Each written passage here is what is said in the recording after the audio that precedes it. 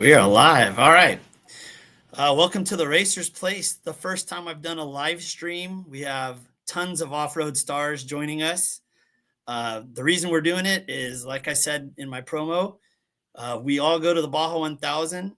It's this. We're all at the same race, but every person that's there has a unique experience, and everybody who competes has a different story. So with that, we're going to start with our pole sitter and trophy trucks. Christopher Polvardi is here, adding him to. There is my friend What's up? Christopher. How are How you? goes it? Good, good. How about you? Pretty good. Thanks for being my first guest as a live stream. I know. I And didn't know I was signing up for this, dude. The yeah, this is pressure's on. It's like being first on the road. first, yeah. And hopefully, I hope you can make it to 15 minutes. Yeah, I don't think I got to like 12 minutes last time, so we'll see. Yeah, All right. but Well, thanks for joining us. Really do appreciate it. Let's hop right in. So I want to hear about your whole experience. I know it was brief or not as long as you want it to be, but starting with pre-running, um, yeah, tell us how the build up to qualifying was. yeah. So I mean, Baja 1000, kind of a big deal. For me, it's my first time like being first full trophy truck season, Baja 1000. So there's a lot of build up. And when Bryce Menzies called me and was like, "Hey, we should do this thing together," I was kind of like a oh shoot moment for me. Definitely was a cool team up. Something I really never dreamed of. I mean I dreamed of, but I never really thought would come true. Especially my age. So it was a cool, like, oh shoot, we're really doing this. So one teamed up with Bryce, did a bunch of testing and everything, and then that being said, heading into pre-running, typically I'm pre-running a UTV or a luxury pre-runner. But this time, since we were racing Bryce's truck, I had my Mason all-wheel drive just sitting there, and I was like, let's bring it down and pre-run. So I'm kind of known. I do tons of pre-running. So I spent the first like 10 days just down there in my UTV and luxury pre-runner, just hounding miles, kind of getting everything down, and then just kind of getting, back in the Baja groove. I did the first 460 miles. Well, I was planning to do the first 460 miles. So starting, so really a lot of fun, fast, flowy stuff, and then a little bit more technical. So was able to do a lot of pre-running, and then the last 4 days, I jumped in my all-wheel drive, put a helicopter up in the air, and was kind of just full wick pre-running, and kind of was able to get like in this groove that I've never been in before, which felt really cool because most of the time, like at the 400, I literally jumped out of my UTV straight into a Mason all-wheel drive, and you're like, "Whoa, this is scary." Big difference. So for me, I felt really good. So that's what we went into qualifying, which was scary. No one had ever qualified Bryce's truck before. No one had ever started, which I didn't know that until we released it. Every keyboard warrior had to let me know that, which no pressure. I was No, like, "Oh, no pressure. yeah." I'm like, shoot, man, driving the man's truck, and this is the first time he's done it. So I went out for qualifying, and our trucks are like they're similar, they're same chassis, similar geometry, but a lot of difference, different engine package, different tranny, different suspension. So like that part, like similar, but also so different. So qualifying, to be honest, like I jumped out of my all-wheel drive the day before, went into for the site lap, and it was a super technical kind of wild course. And I was like, okay. I went out for the site lap. I'm like, oh, dude, I don't know. Maybe this thing's a lot different than what I kind of remember. I'd spent the last 3 days in my truck. I'm like, oh, I hope this like I settle in. But went out, and I was first truck for qualifying, so that was a little intimidating too. But went out and kind of just ran my own thing. Few of the corners, like in the beginning, I got a little happy, almost dumped her. Then kind of got in the groove, and then by the end, I knew I could, like I guess my best, features like in the technical stuff. So I really charged at the end in the technical stuff, which I was already in the groove at that point, and it worked out. So it was exciting to qualify first. It was my first ever pole sitter in trophy truck. So that was a cool win. And then, yeah, made it a little nerve wracking though. I don't think Bryce or anyone, I don't know if anyone knew this, but I had never been first truck on the road ever. So How's that feel? scary. It's a little scary. I'm not gonna lie. It's trippy, like you're used to, uh, you watch the few trucks go off in front of you and whatnot. It's like, no, you're just sitting there and they're like, okay, the race is gonna start. And you're like, okay, where's everyone? Like, you're like, okay, I'm starting this race. Shoot. Um, so yeah, I did that, which it was awesome. It was cool. It's definitely fun, like going through. What's nice, a lot of people don't realize, is we start in town and then we get a police escort out of town. And only the lead truck gets a police escort. Everyone else has to like keep up. So like at the last race, I think I was like second or third, and you're like trying to weave through traffic to get to the lead truck because you're like, I don't want to lose the escort because if not, I'm gonna have to be in like you're in regular traffic. So that was kind of cool. But then, yeah, I mean, we'll get into the race, but not much, sadly. So started off, and for me, I was like, I'm just gonna cruise. I Well, got I was going to ask 460. you when you Yeah, qualify first and you're having, everybody has their strategy meeting. Like, what is the strategy going into the race with, especially with big hitters right behind you, right? Like Luke's a big charger and Dan and Toby, whatever. What's the yeah. strategy? Well, that's yeah. I mean, it was tough, but I think like the simplest, you have all these theories, and obviously you're like, okay, if this happens, we're gonna do this. But in the end, like I feel like our simplest thing was they had to pass me to really be leading. Um, and so that was like my whole thing. Like I'm kind of controlling the race. I can slow everyone down. I can speed everyone up. And for Did me, being a Rob come short over course, and say, "I'm going to put a bumper on you," or do you do any intimidation factor? no, no, I know like the guys were trying to get in my head, but I like no like this short course in me, like I'm used to talking smack and like used to like, oh, you guys want to talk some smack? Like, let's do this. Let's play mind games. Like that was all short course was. I felt like back in the day, especially like mod carts. Like it was just smack talk and hope someone makes a mistake. So like yeah, I'm like especially so when we were up at the start in Rancho Nelson, like everyone was super chill and like whatever, and we all know each other. We know the games we play. I know I'm probably a little bit of a wild card on I'm new. And I think everyone expected me just to like go out like 110 and just say, see ya.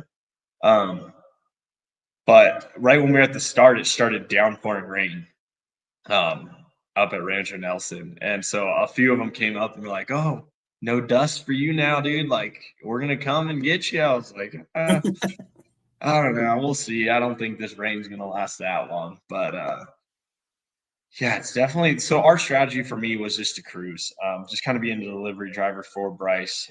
I honestly think I pre-ran faster than I was planning to do my section.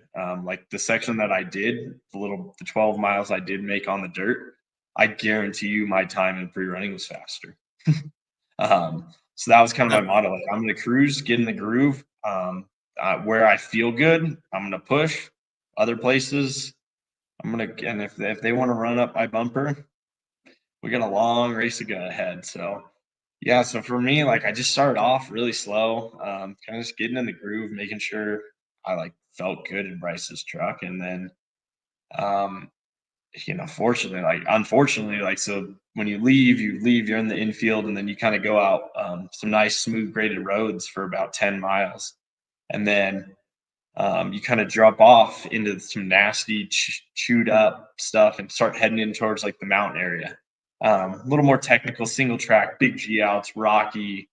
And unfortunately, we got off the nice graded road, but there's access roads and wide everywhere. As soon as we get into the mountains, was cruising along and uh, went through these two little dips. And normally in like my truck, I actually just charge these things, just full stuff into another stuff, and they take it. But I was like, it's the Baja 1000. We're gonna roll both these, and I actually think goodness I rolled them because I rolled the second one, and as we were kind of accelerating uphill, the steering failed, and it just hooked immediate left, full left, like just broke it out of my hands basically, like nothing I could do.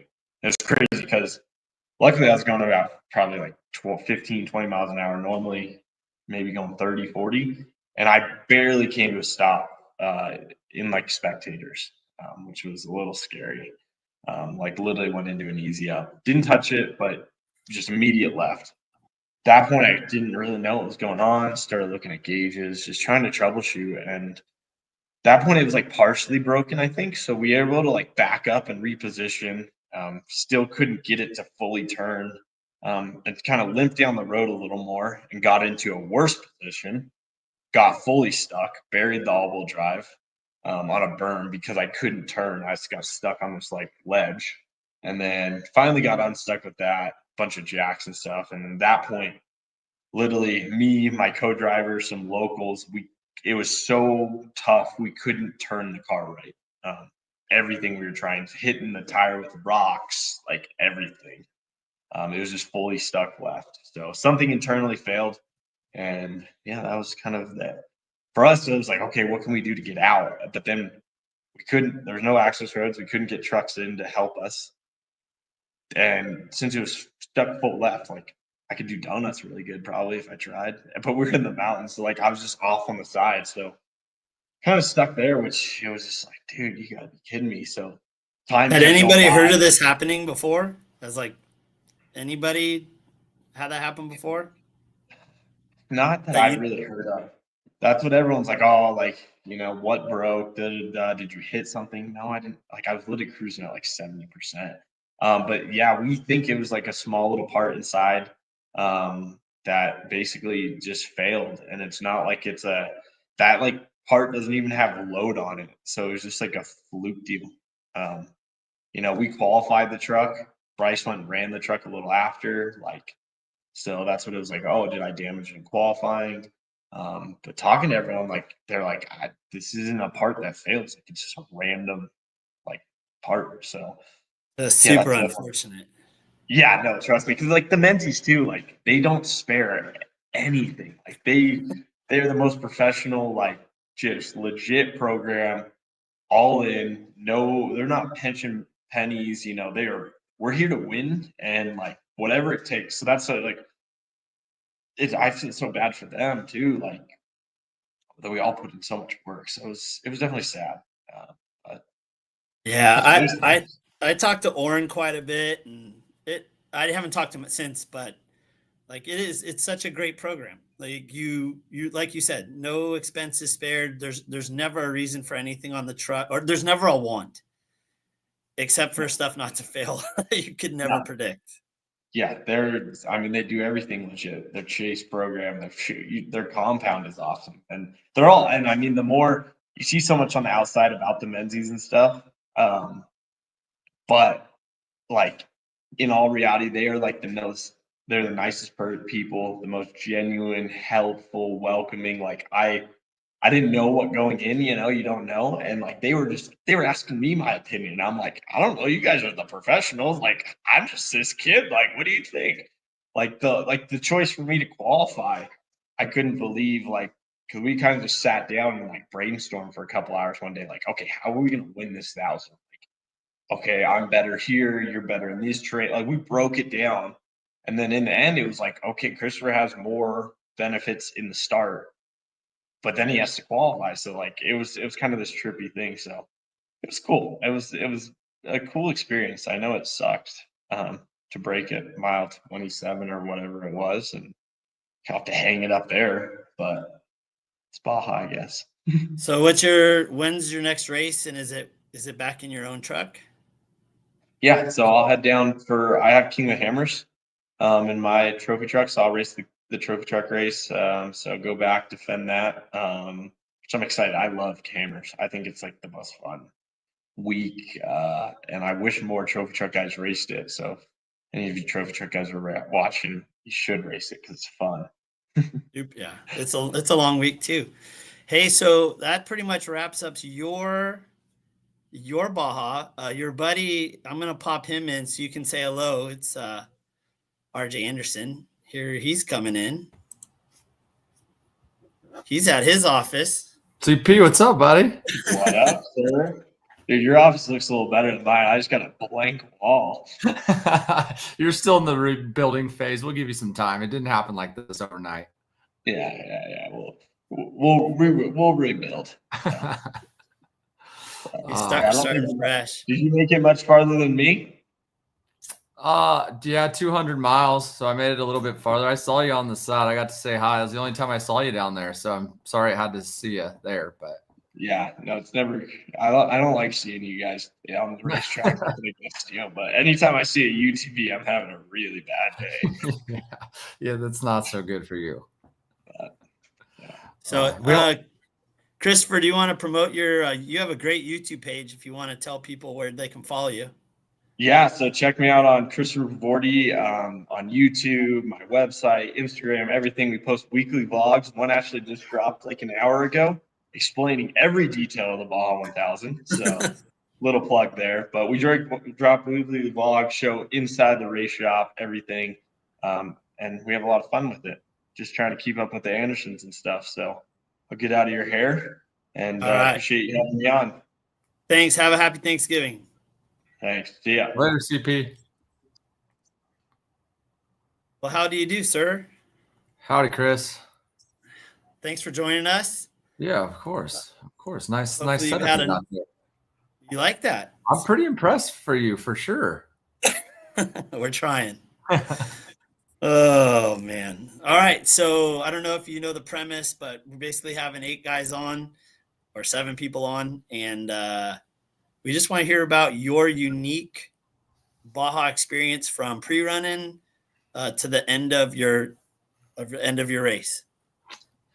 Yeah. I'm gonna sound like a broken record after CP a little bit here, Christopher. But yeah, pre-run went good, honestly.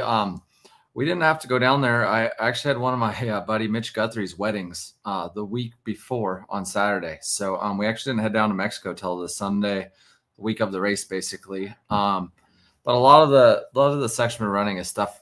I mean, on a loop race, it's all kind of stuff that's been ran over the past few years. There's only so much they can do up there. I think the land owners are tightening in on score a little bit. So really just kind of a lot of the same stuff we ran at the 500 this year. And so pre-ran just Sunday, Monday, Tuesday, Wednesday. Got some notes in. Honestly, in a UTV, notes are important, but it's kind of more managing the pace. We're in a trophy truck, they're hitting stuff so fast. Like the notes aren't as crucial to us as like a trophy truck team, just because of the rate of speed. Like even 10 miles an hour is a big difference in speed. So in certain sections. So yeah, pre-running was all smooth. I got to do it with one of my buddies, JD, who was down there racing with Doug. Kind of tag teamed it at the same time, stayed together down there. Spent most of our time in San Quintin, which is a rad little town down the coast of Baja. So yeah, I think everyone that races Baja, the enjoying part is the pre-running, right? And then the race, you never know what's going to happen, which is kind of what happened to me. Yeah. So obviously, nobody else knows, but you were gracious enough to let me stay at one of your houses. I really do appreciate that. It was awesome. I will tell you my favorite part of all of it was your morning speech to your team and how thankful you were, and you appreciated everybody there, and you called out some of your stars. I thought it was awesome, super motivating. Made you want to have been there the whole time so I could work really hard for you and go, chase. Next time I want to go with G.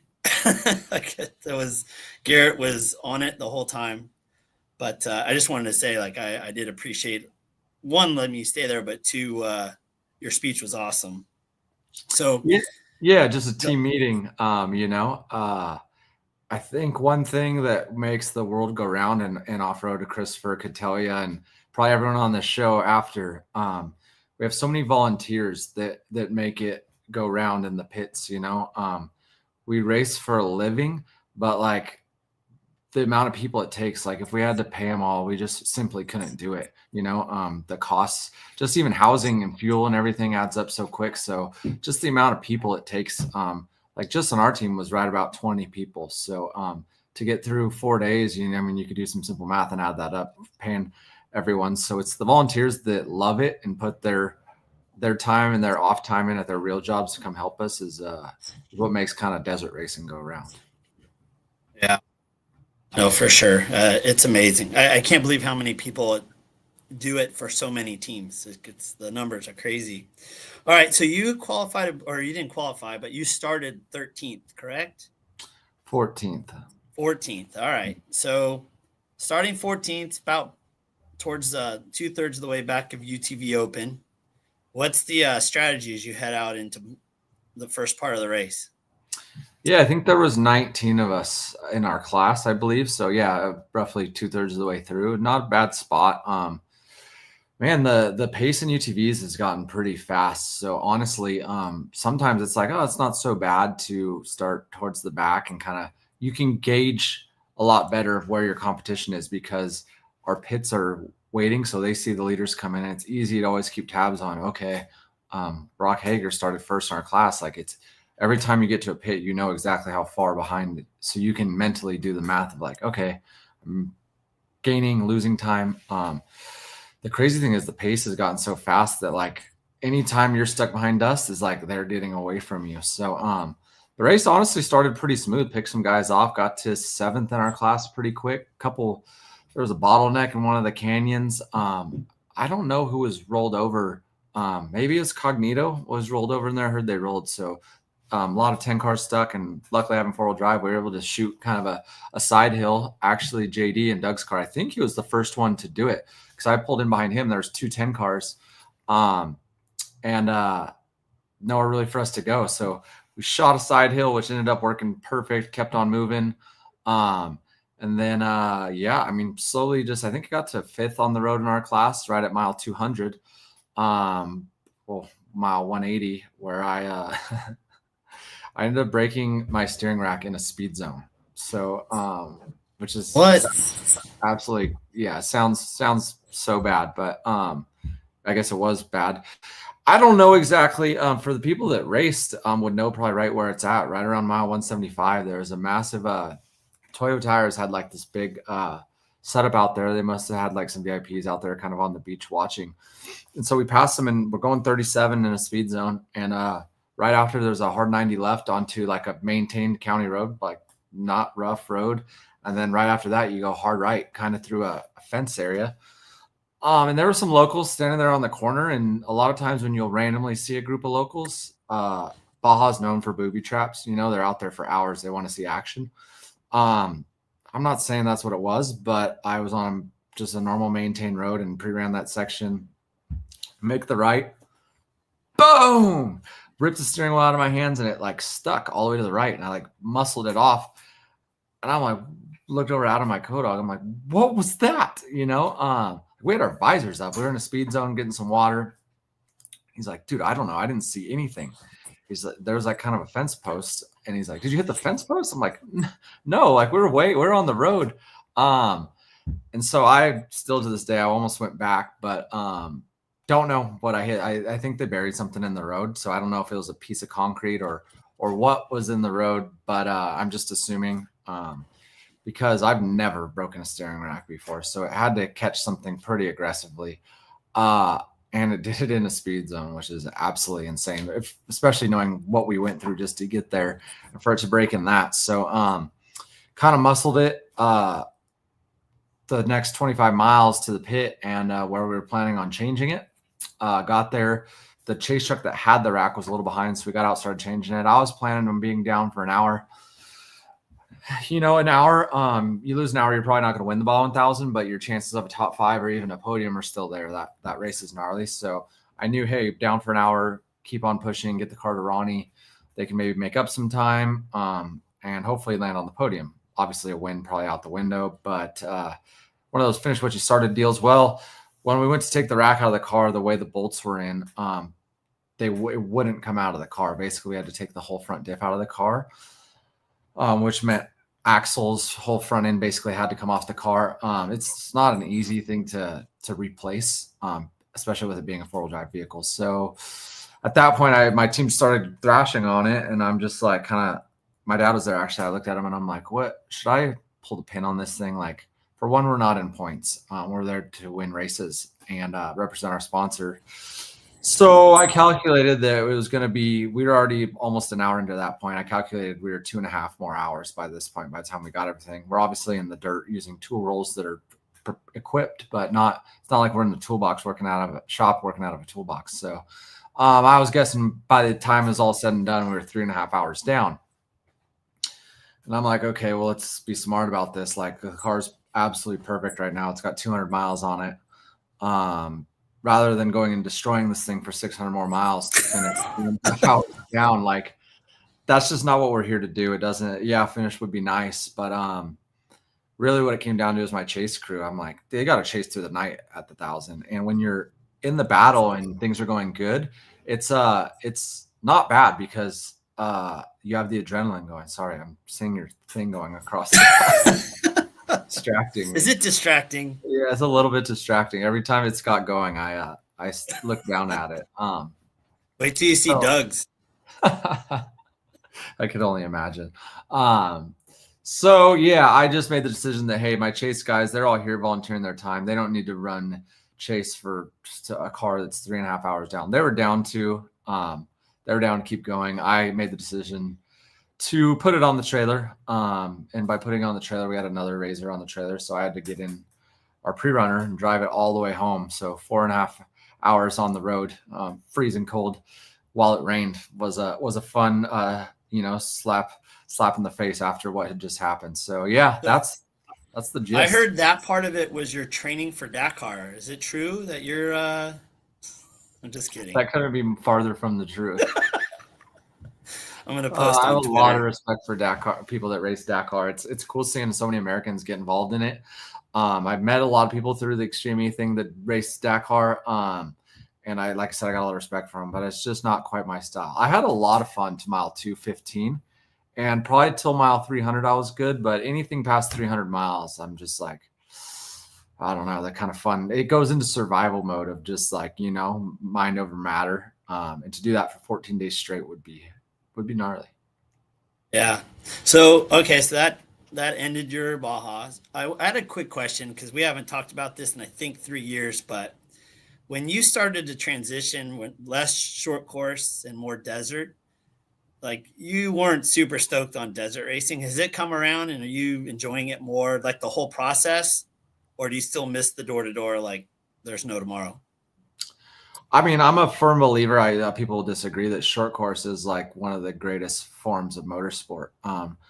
It's entertainment, like, I don't care who you are.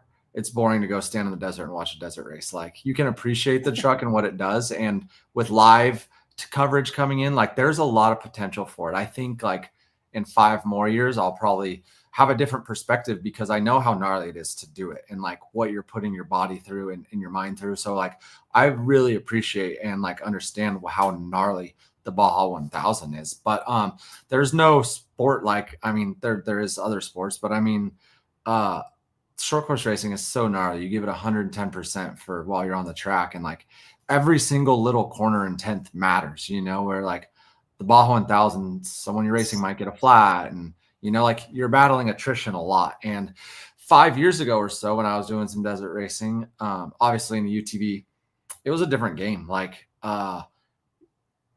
the attrition rate was so much higher. Like, you would drive at 70%, I would say.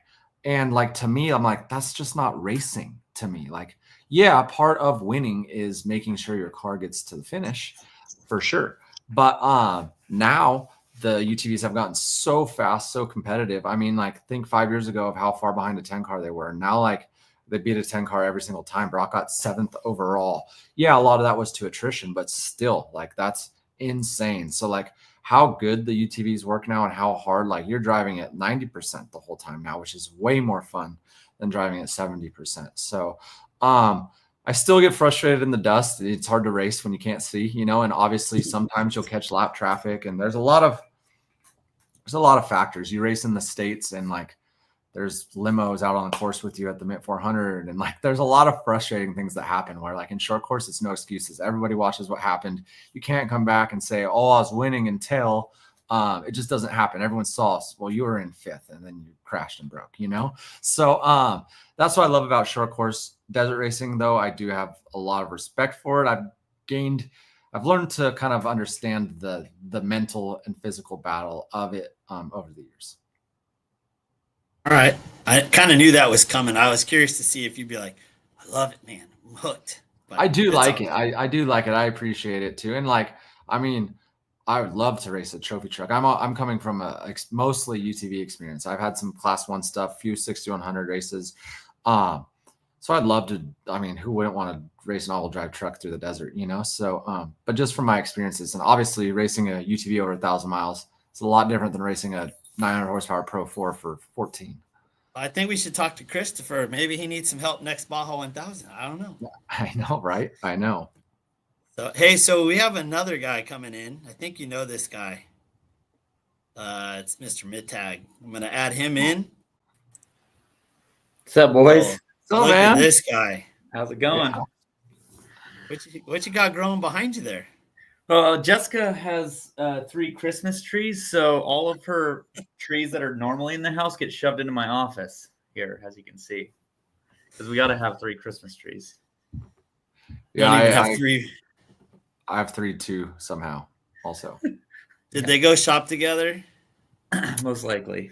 The worst part is all 3 of mine you can see from one spot. So, like, it's not like they're all in different rooms. My house is not big. That's the thing.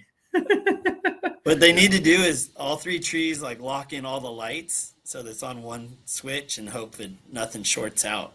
Yeah. Yeah. Well, RJ, thank you so much for joining us here, and have a happy Thanksgiving. Like I said on the ticker, it's going to be a Papa soon. I think everybody that's been on here is super happy. I know you're ecstatic, and something to look forward to. It'll be a part of the Dad's Club. Yeah. I'm pretty grounded over the next month, so I'm excited for her to get here for sure. Can't wait to buy her a drum set, man. I'm just gonna drop her off at Doug's house when I can't sleep.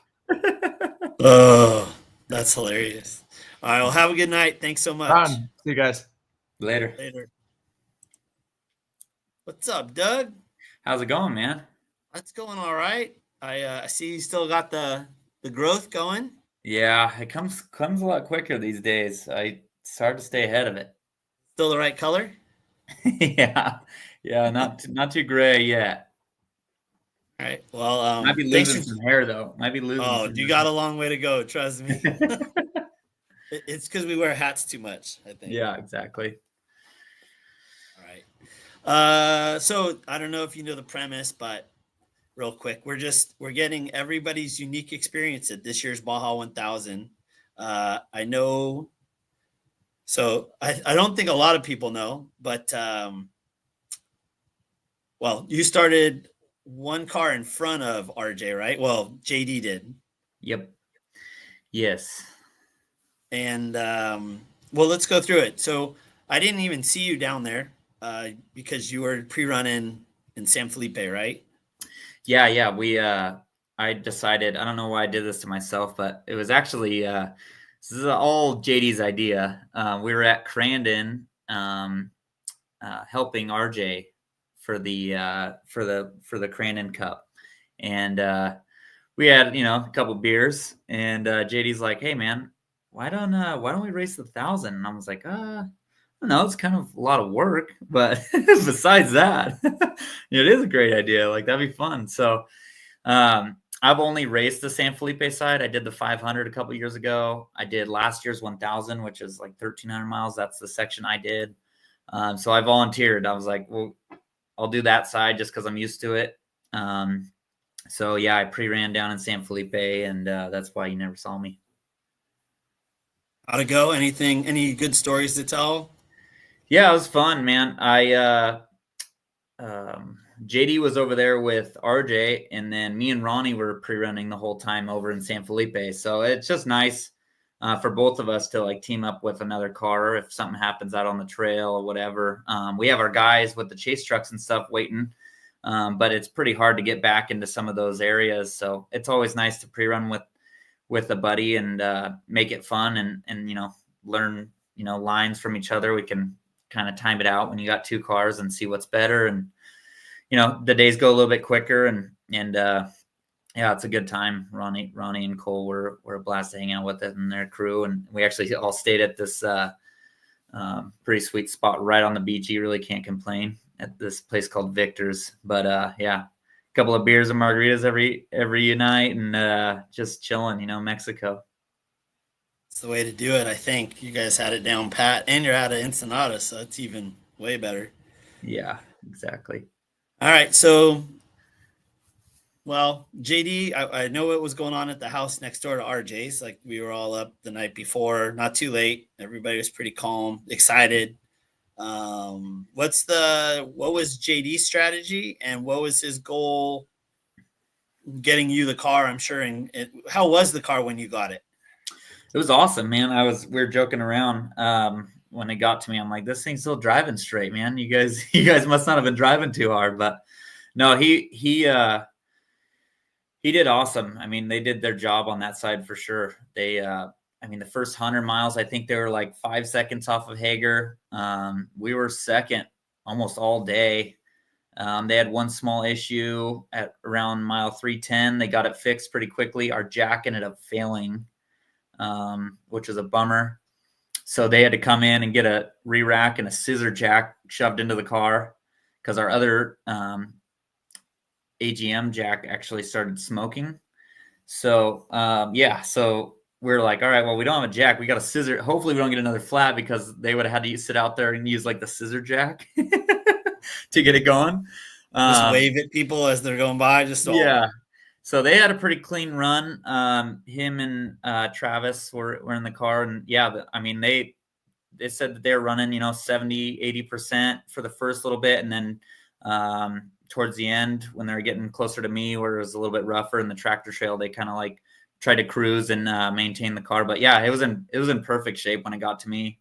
And we were sitting in third place, I believe, at that point. Hager was first. And then I think it was Caden in second. And then we were in third or fourth. So we got the car, quick fuel stop, driver swap, and we were back on the road. It was kind of just get in the groove and try to just start clicking miles off, because you get in and you're excited and you can run a race real quick. So I was like, I want to get like a good 200 miles in before we kind of like need to push or see where we're at. I want to maintain the same pace that JD was doing because he did a great job. I mean, like I said, second all day, third. So he was doing an awesome job. And I just wanted to maintain that pace as well as I could without messing the car up. So I got a lot of information off Fish. I'll be honest. We were sitting in line at the border. We came home a little early, but correct me if I'm wrong, but were you, Caffro, and Mitchell Alsop all together for most of the day? Yes. Yeah. They I believe JD and them got by them earlier in the day. I'm not sure where. We battled pretty good all day because he was also up in second a couple of times. Like I think we battled on time basically all day, and then when I got the car, Alsop was in front of us. In my speed limiter, we have the speed limiter dialed in our car, so it's like right at 60 miles an hour. So, and then when corners come or hills or anything, we keep it matted, and like we were actually gaining on people on the speed zones. We actually got by Alsop, and then we had I think a front. Yeah, we got a front left flat. And I think they might have got by us then. We got it changed pretty quick. But biggest thing that we had to overcome is the fuel mileage. We raced Vegas to Reno. We got about 6 miles per gallon average, and it's really hot. So, we thought, all right, the car's going to get a little bit better down at sea level. But the terrain is softer, so we'll kind of see where we're at. But we kind of like based everything off of a 6 mile per hour or 6 mile per gallon average. So our fuel stops and stuff were all dialed off of that. Well, JD was driving the car. We got 5.3.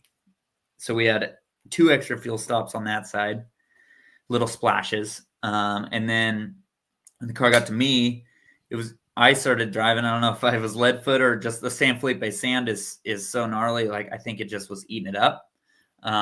But we ended up getting, it was like 4.3 or something like that. Oh, yeah. So we were like stressing, like doing splashes every chance we could. So like when it came to, we got to 620 and we filled up all the way again. That was one of our planned stops. We were planning on 3 fuel stops, and every time we have a pretty big tank, so 37 gallons a time, like we would make it.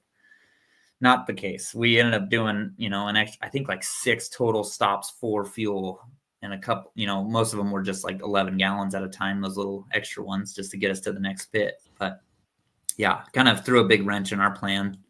But it was still holding up. I mean, we were still 3rd or 4th and, still a lot of racing left. So to continue, we're battling Cafro.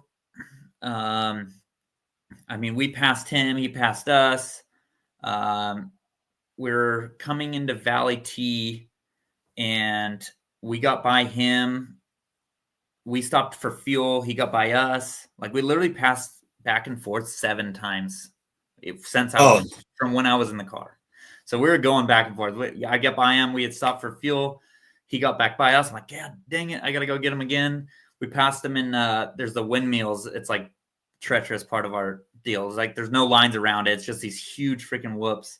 And so like, I saw him, like we got done fueling and it was right before that. And I'm like, screw it. So we just went full wide open, got by him. I'm like, got to get by him. So we got by him.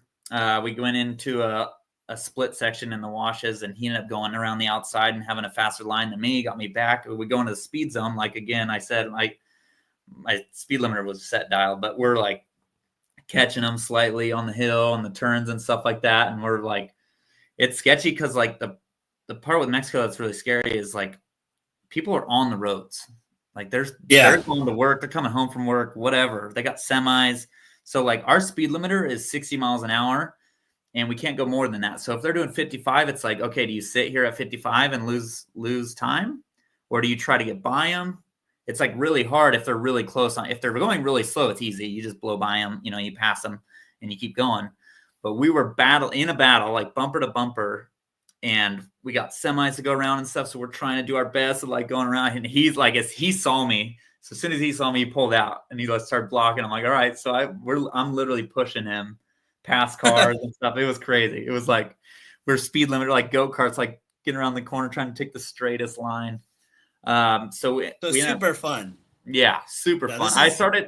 That's right when I started having fun. Cause like I said before, like the other times it's like, get the car to the finish. Like that's what we want to do. And then, the last 100 miles, we'll like see where we're at. If we got a big gap on the person behind us and a big gap in front, we'll just keep cruising. If not, but I knew Mike started a couple positions in front of us. So I was like, if we just beat him, then we just know we got him. If you fall out in the dust, like RJ was saying, it's so hard to race in the dust. And that's like a frustrating part for like short course racers. It's like, you can't even drive how you want to drive because you're just sitting there waiting in the dust. It's like a huge factor.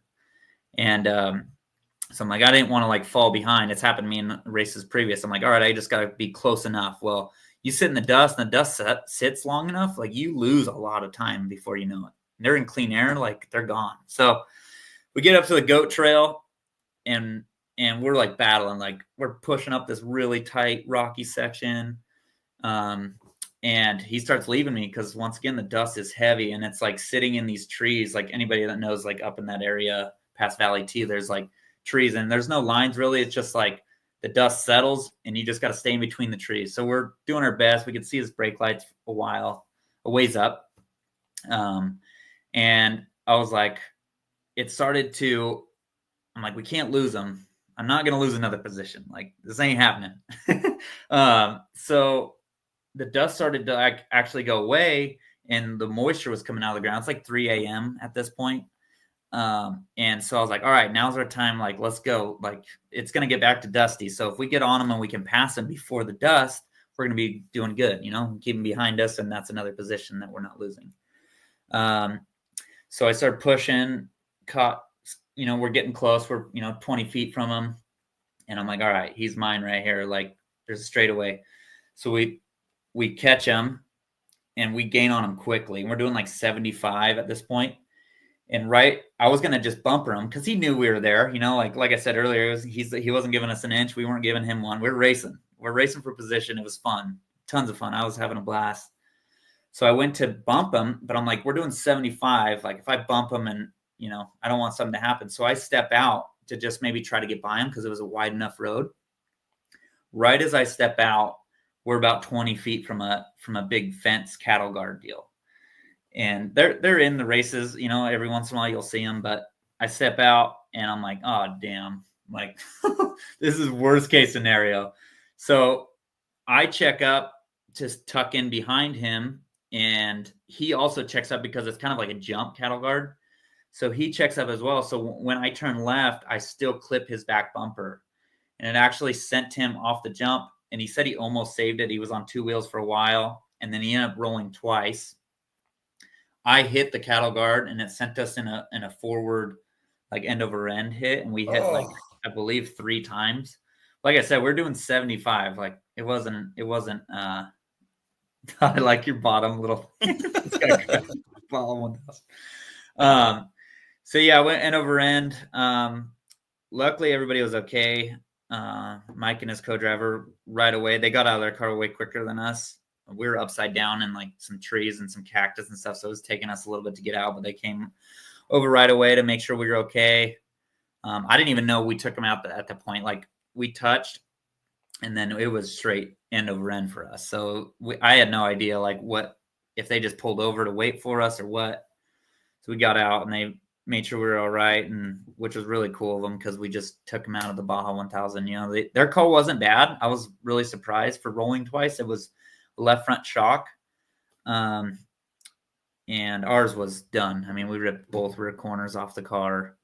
The chassis looks pretty good. I just went and looked at it today. There's a couple of bowed tubes that we're probably going to have to replace, but nothing compared to what I thought it was going to be. I mean, I thought really bad things once we were hitting the ground. Yeah, that's kind of what I heard too. Like I said, we didn't talk. The one thing that was really crazy is on Thursday at the house, it was RJ and your group and Cafro just hanging out in the streets of Ensenada, like down where the houses were. Yep. And so to think like going all the way, at what mile did it happen at? 760 to 770, yes. I believe. So like 80 to 100 miles to go. Yeah. And 18 hours. And it wasn't even that. We were just talking about the shot was like 80 more miles because I think it was really like only an 843 mile race or something like that. Yeah. Well, there's always another one. Glad you're safe. All your equipment worked well. You're still married to Jessica, so things could be worse. That's for sure. Yeah. I have to get true.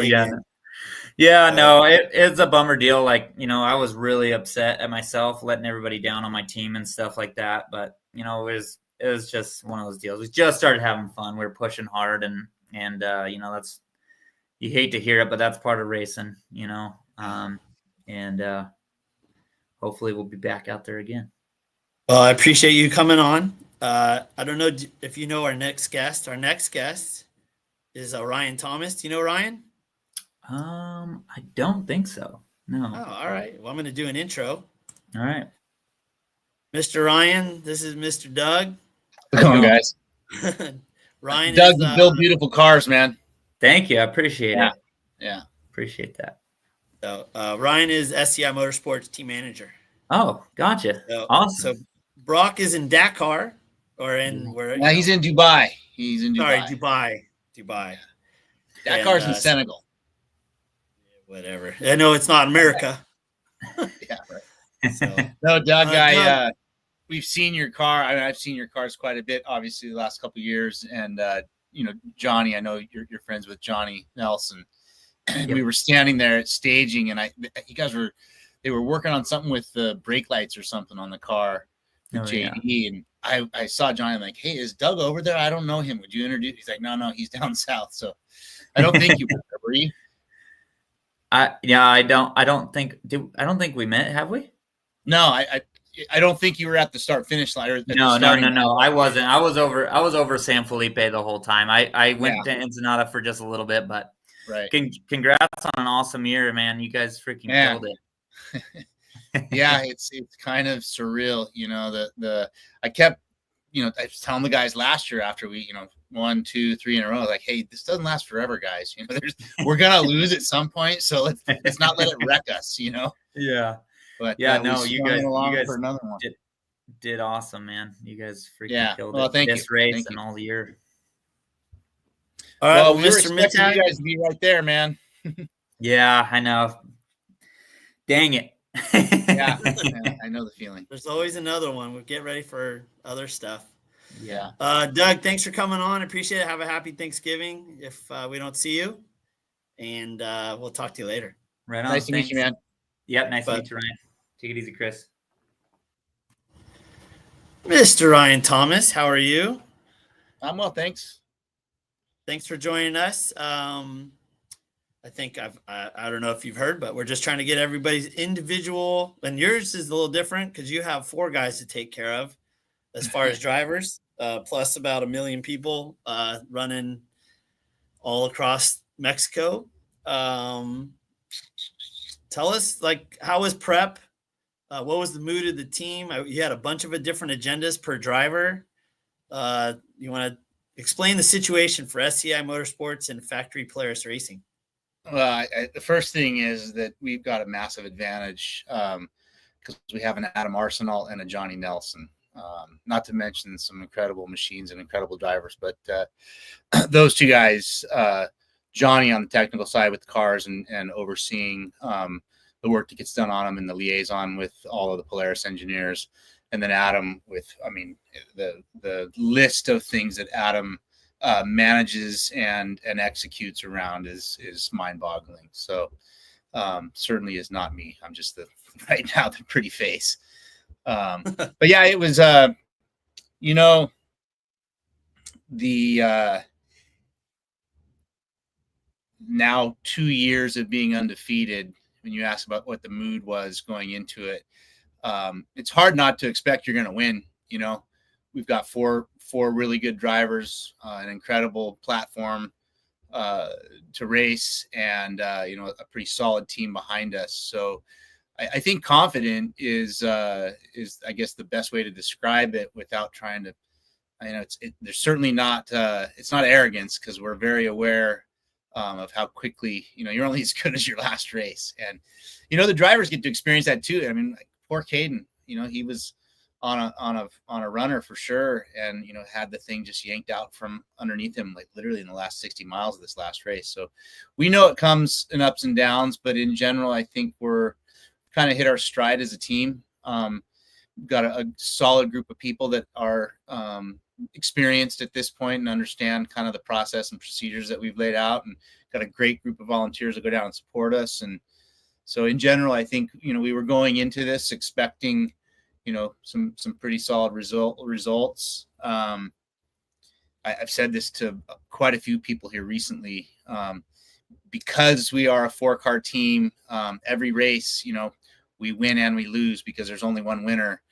And this race specifically, we lost big in several ways, but we also won pretty friggin' big as well too. Incredible, right? Like, there wasn't a lot going on at the front of Trophy Truck, so you really had to look for stories, right? And so for guys that are in the industry, man, Brock was a huge story. Like, it was unbelievable. And then Caden starting from the back, and getting up to where he was incredible. And so, like, my question to you kind of would be, so, you know, you had Brock at the front, started first, go. Caden took a rear start. He would have been first too, because he won the last race. Yeah, so he gave up his spot. Was that his decision, team decision? No, that was his decision. Bad decision? Yeah. It was Caden's decisions for sure, and that's just one example of he's a strategist in every aspect. You know, whether it's what he's doing behind the wheel, what he's doing before he gets behind the wheel, pre-running. That was a strategic decision on his part for a variety of reasons, and honestly, I think it was the right move for him. All right. And it worked. I mean, he was there. It was, there was a bit of a spread there at the end between Brock and him, but he was right there until he wasn't. 60 miles. Yeah, it was wild. Just I was watching the trackers, and was like, oh, that can't be right, right? Like but how was the call? Like, are you in the radio there? Like, what happened? As far as with Caden? Yeah. So we were we're just coming into Ojos, and basically on our way, we were going to watch Brock come through Ojos and then go to the finish line and expect to see Caden, 15, 20 minutes back. And I'd gotten to Ojos and we got the word that, Caden had some problems. And so made the decision. I turned around and went back.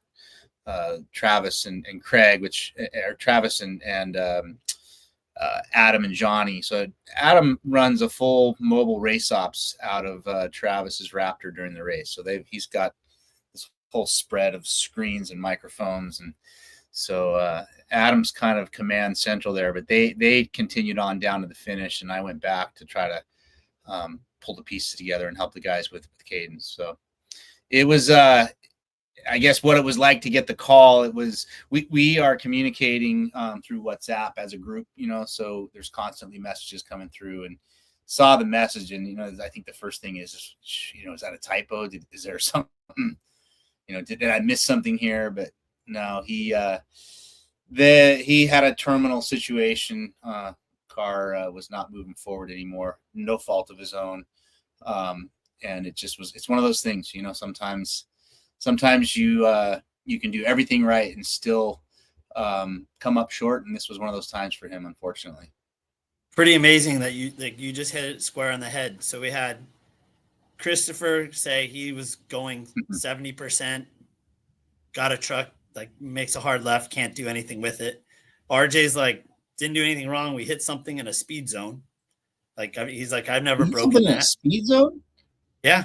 Oh, he's like, he thinks they put something in the road. Oh my gosh. He's all, we were going straight. Story. He said the visors were up and they were getting drinks, and all of a sudden it went bam. Oh no.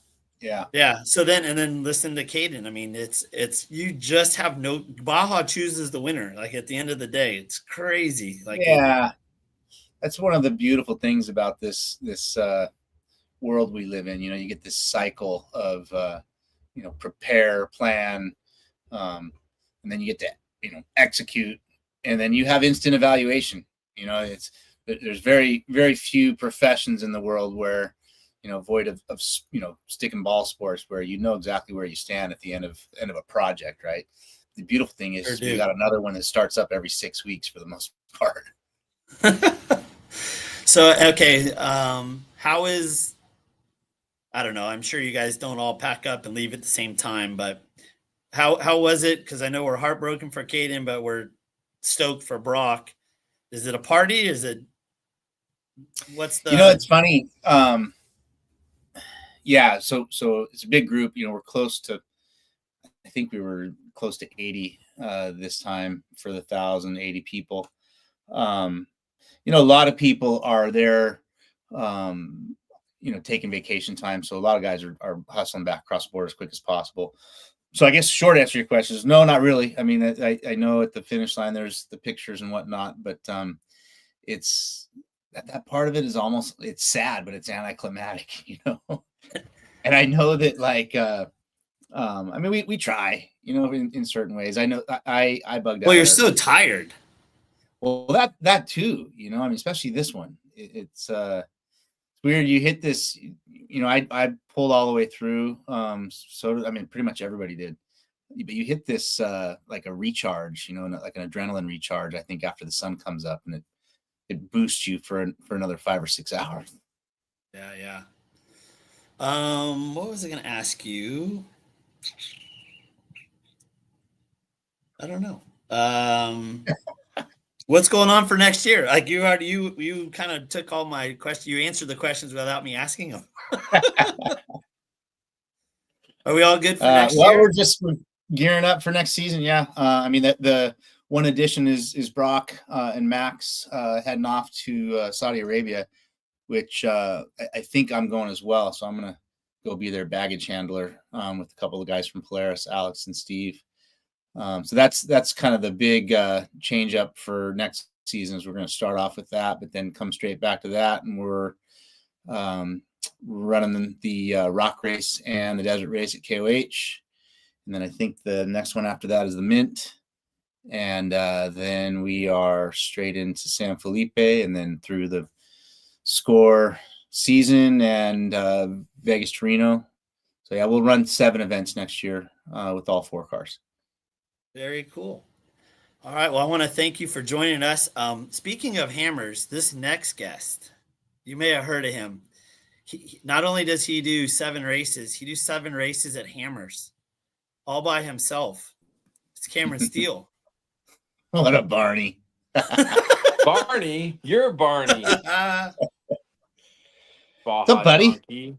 Do you guys know What's each up, other? What's up, Cam? No, I never met that guy. Hi, Chris.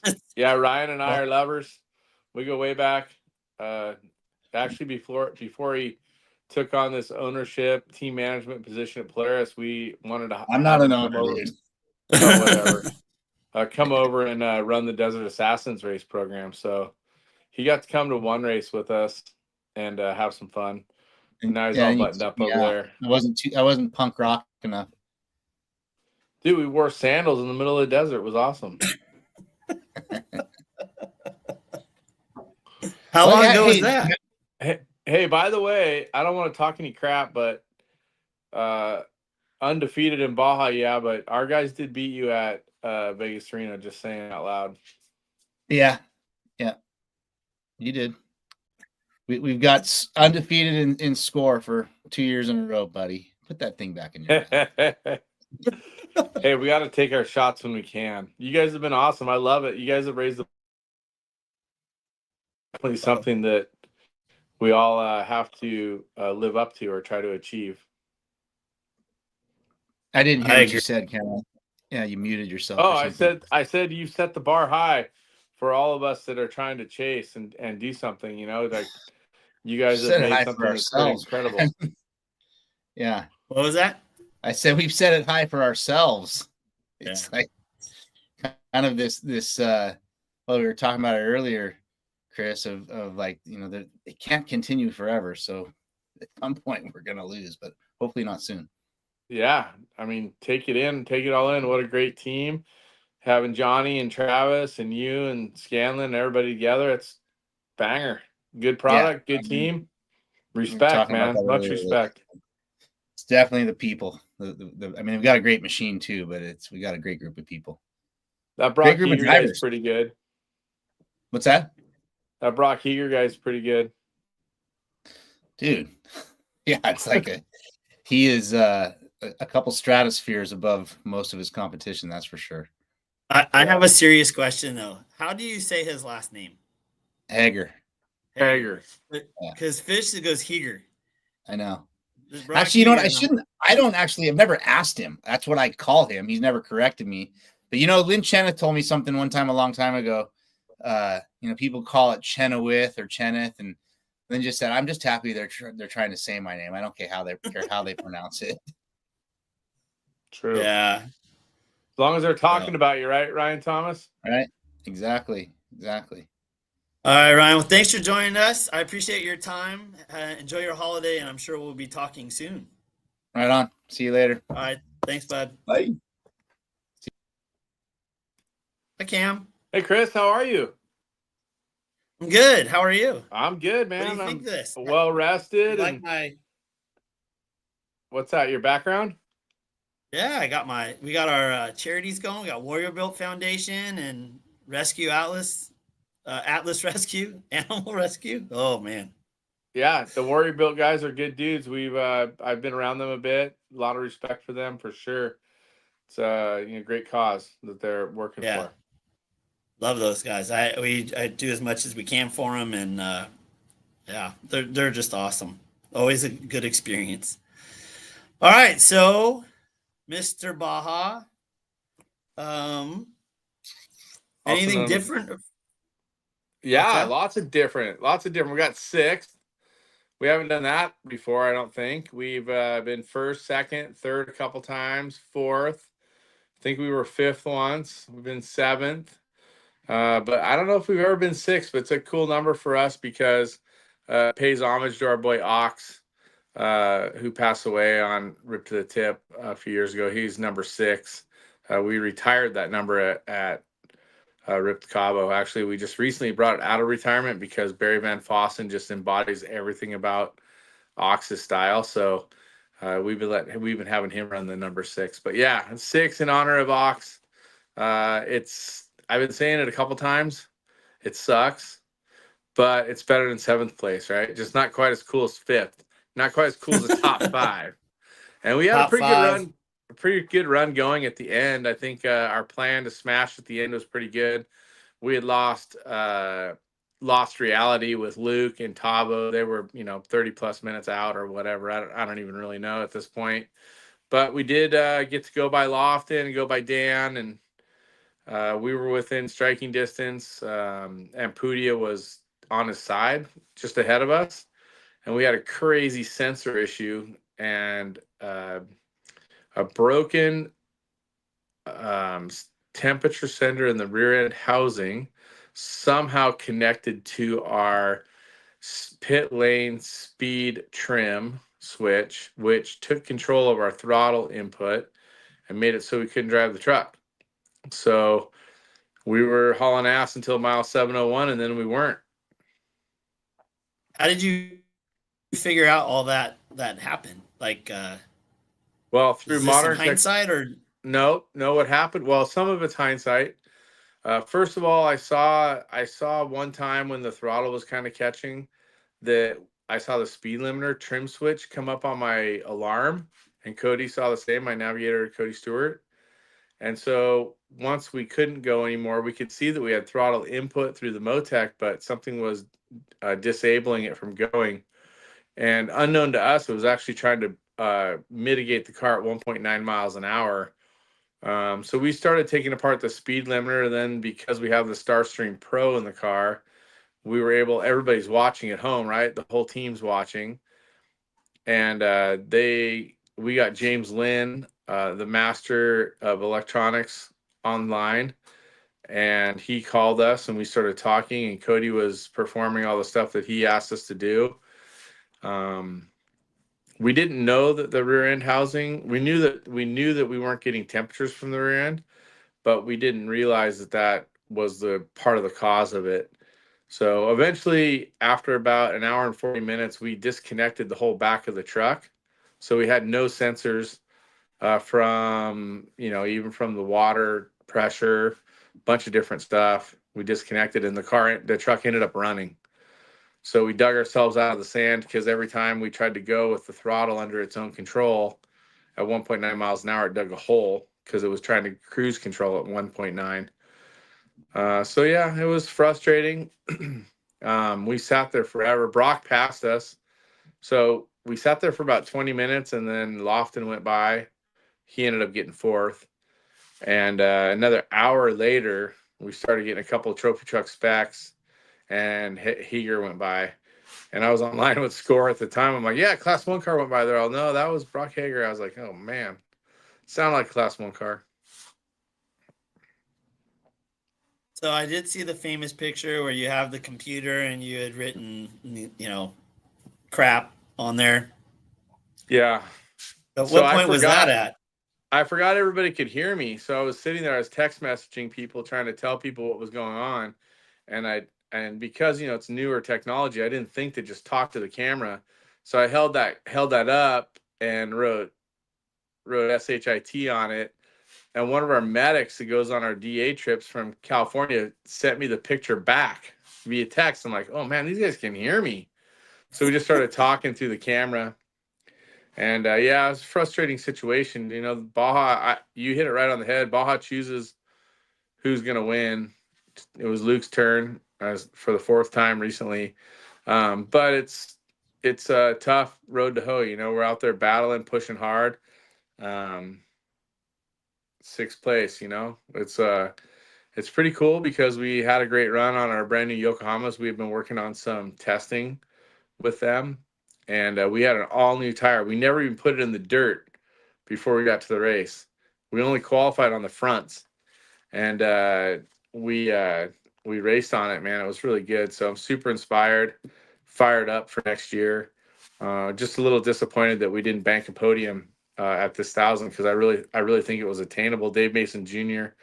did a great job being our 2nd driver, and I thought we put all the pieces together and we worked our plan. I think the only real failure other than the sensor was that I feel like I was maybe 8% off the pace early. We break it down into segments. Our race engineer, Mike Kraft, talks us through a lot of it. He kind of left that first segment up to me, and I think I was a little off. We came out of that first segment about 4.5 minutes out of the lead. So we gave up a little bit of time early in the race, and it just kind of snowballed a little bit. We never got past. We never got past in the pits or under any stoppage. So it was just kind of moving forward all day. We started in the 12th trophy truck position, 14th overall. I think I gave the truck to Dave in 9th or 10th, and he gave me the truck in 7th. And he did great. It just one of those things where it just kind of got away from us. So you started and then got back in. Yeah, we did it in 3 segments. I like that. Something Kraft started working with us on back in, I think, 18. We did that when we won the race, and we've had some good success with that. I like breaking it up a little bit. I really, you know, I understand Alan Ampudio's program. Like, he doesn't want to give the steering wheel to anybody else. I totally get that because it's really hard to do. And if someone screws up, you feel like you wasted your whole year. But also, I think you fall out of the seat a little bit. And I think after 5 or 6 hours, you're not as fresh as you were. I could go all day. I mean, ride my dirt bike for 12 hours a day. It's just that I think that with the pre-running, it just takes so much out of you to be out there trying to pre-run the whole course. So I like breaking it up in some segments. What vehicles you use for pre-running? I have a Geyser Brother trophy truck with a smaller engine that I pre-run in primarily. Dave Mason actually pre-ran in it some too. It got about 3,000 miles on it on this pre-run cycle, but it's amazing. It's the original Geyser Brother truck. It's a legal spec truck. So we have a pre-run setup that we put on it. We put a pre-run tranny, pre-run tranny, rear end, and ECU. And so when we race it, we do it a little bit different. So it's kind of got a lopey, kind of mellow feel to it, but it still hauls ass. And it's the exact same size and dimensions as our race truck. So it's a perfect pre-runner. We also have a Class 7 truck and a Can-Am UTV. And I have my dirt bike. If all goes totally sideways and we ruin all the pre-runners, I can ride my dirt bike. How does it compare to, like, say 20 years ago, the whole process? Like, is it a completely different sport or using some of the same ideas? It's a totally different sport. I mean, 20 years ago, so let's think about 20 years ago. 2003 was the first year I had a GPS in my car, but I didn't know how to use it.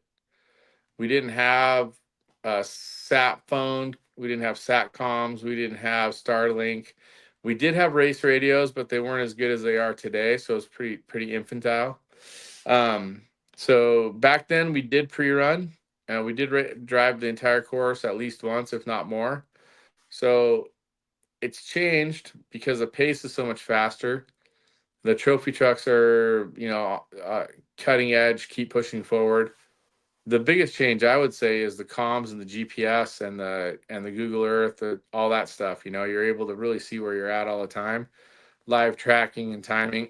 I mean, my team can watch me the entire time through the Starstream Pro and know exactly what's going on. True story.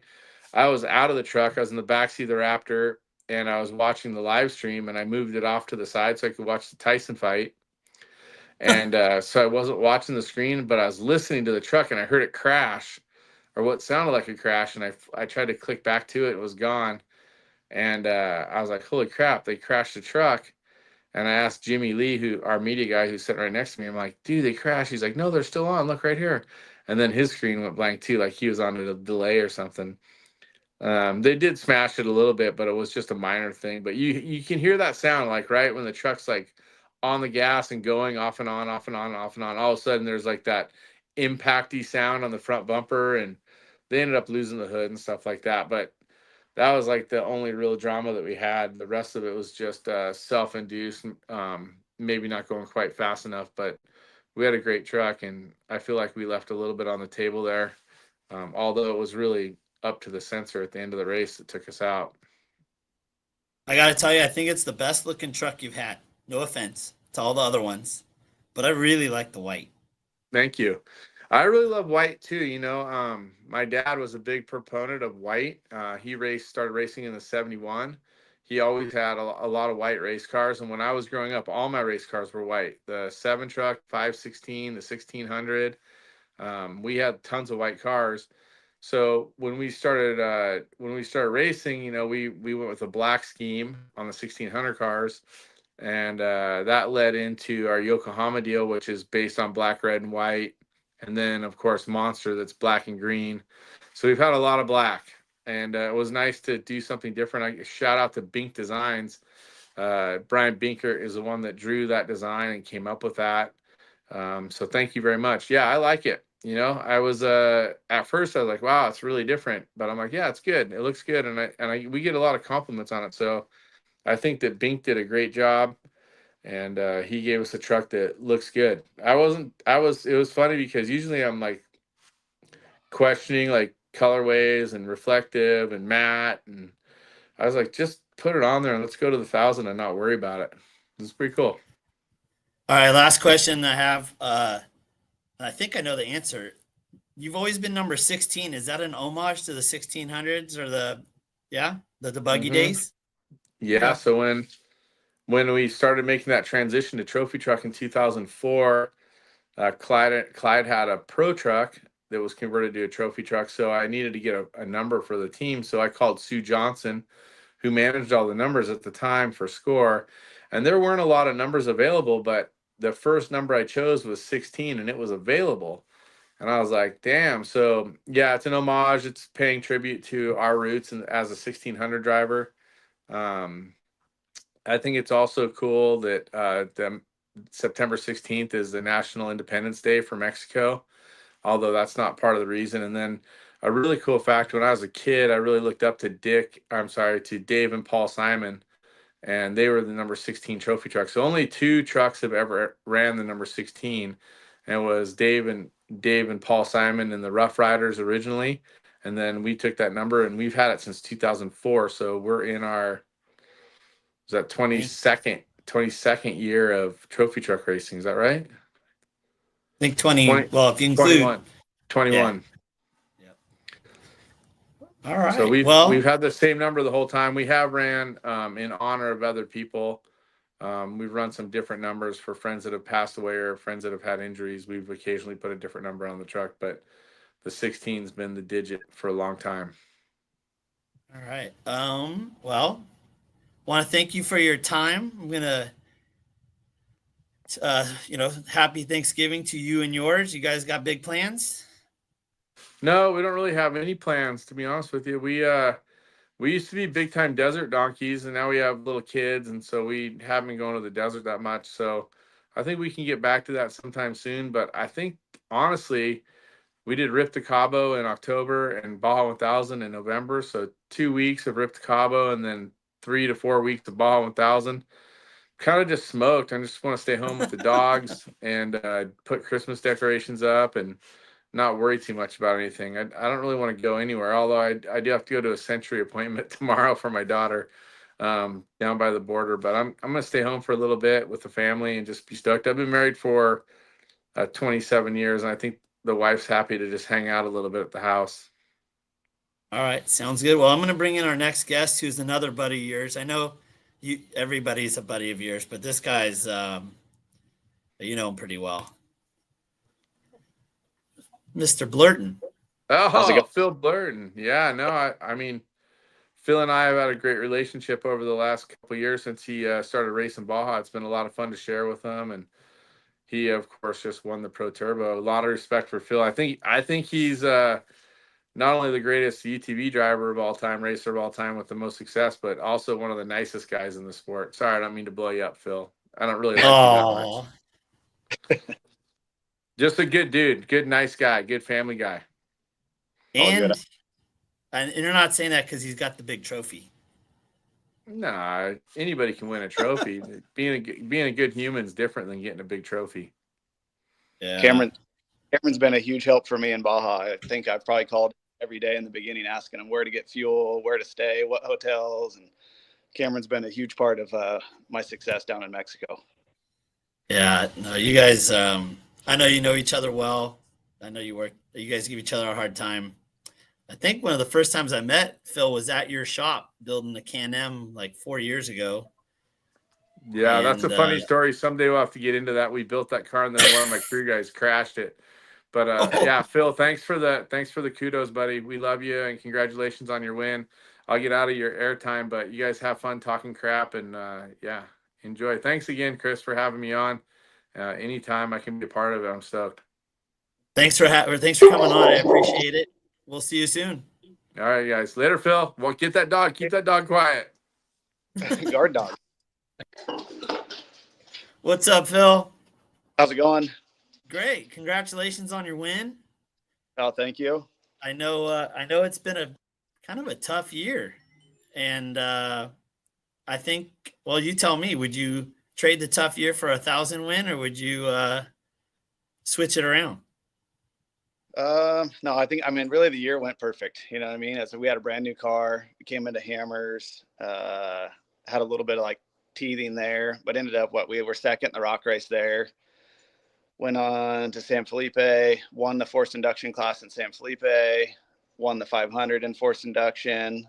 And then, it's just been a couple of DNFs, but we kind of knew this year having a brand new platform and figuring out how hard we could push it, that it was going to be a bit of a learning curve, but the 1,000 was a good one. We pretty much kept that car moving all day long. Yeah. So for those of you who don't know, he won the Pro UTV forced induction. How was the prep? Everything went well. Like, how long were you down there? Where were you? And your co-driver was Vito? Vito drove from, I did the start to 460 and then I got back in at like 700. So Vito did that section when I got out of the car there.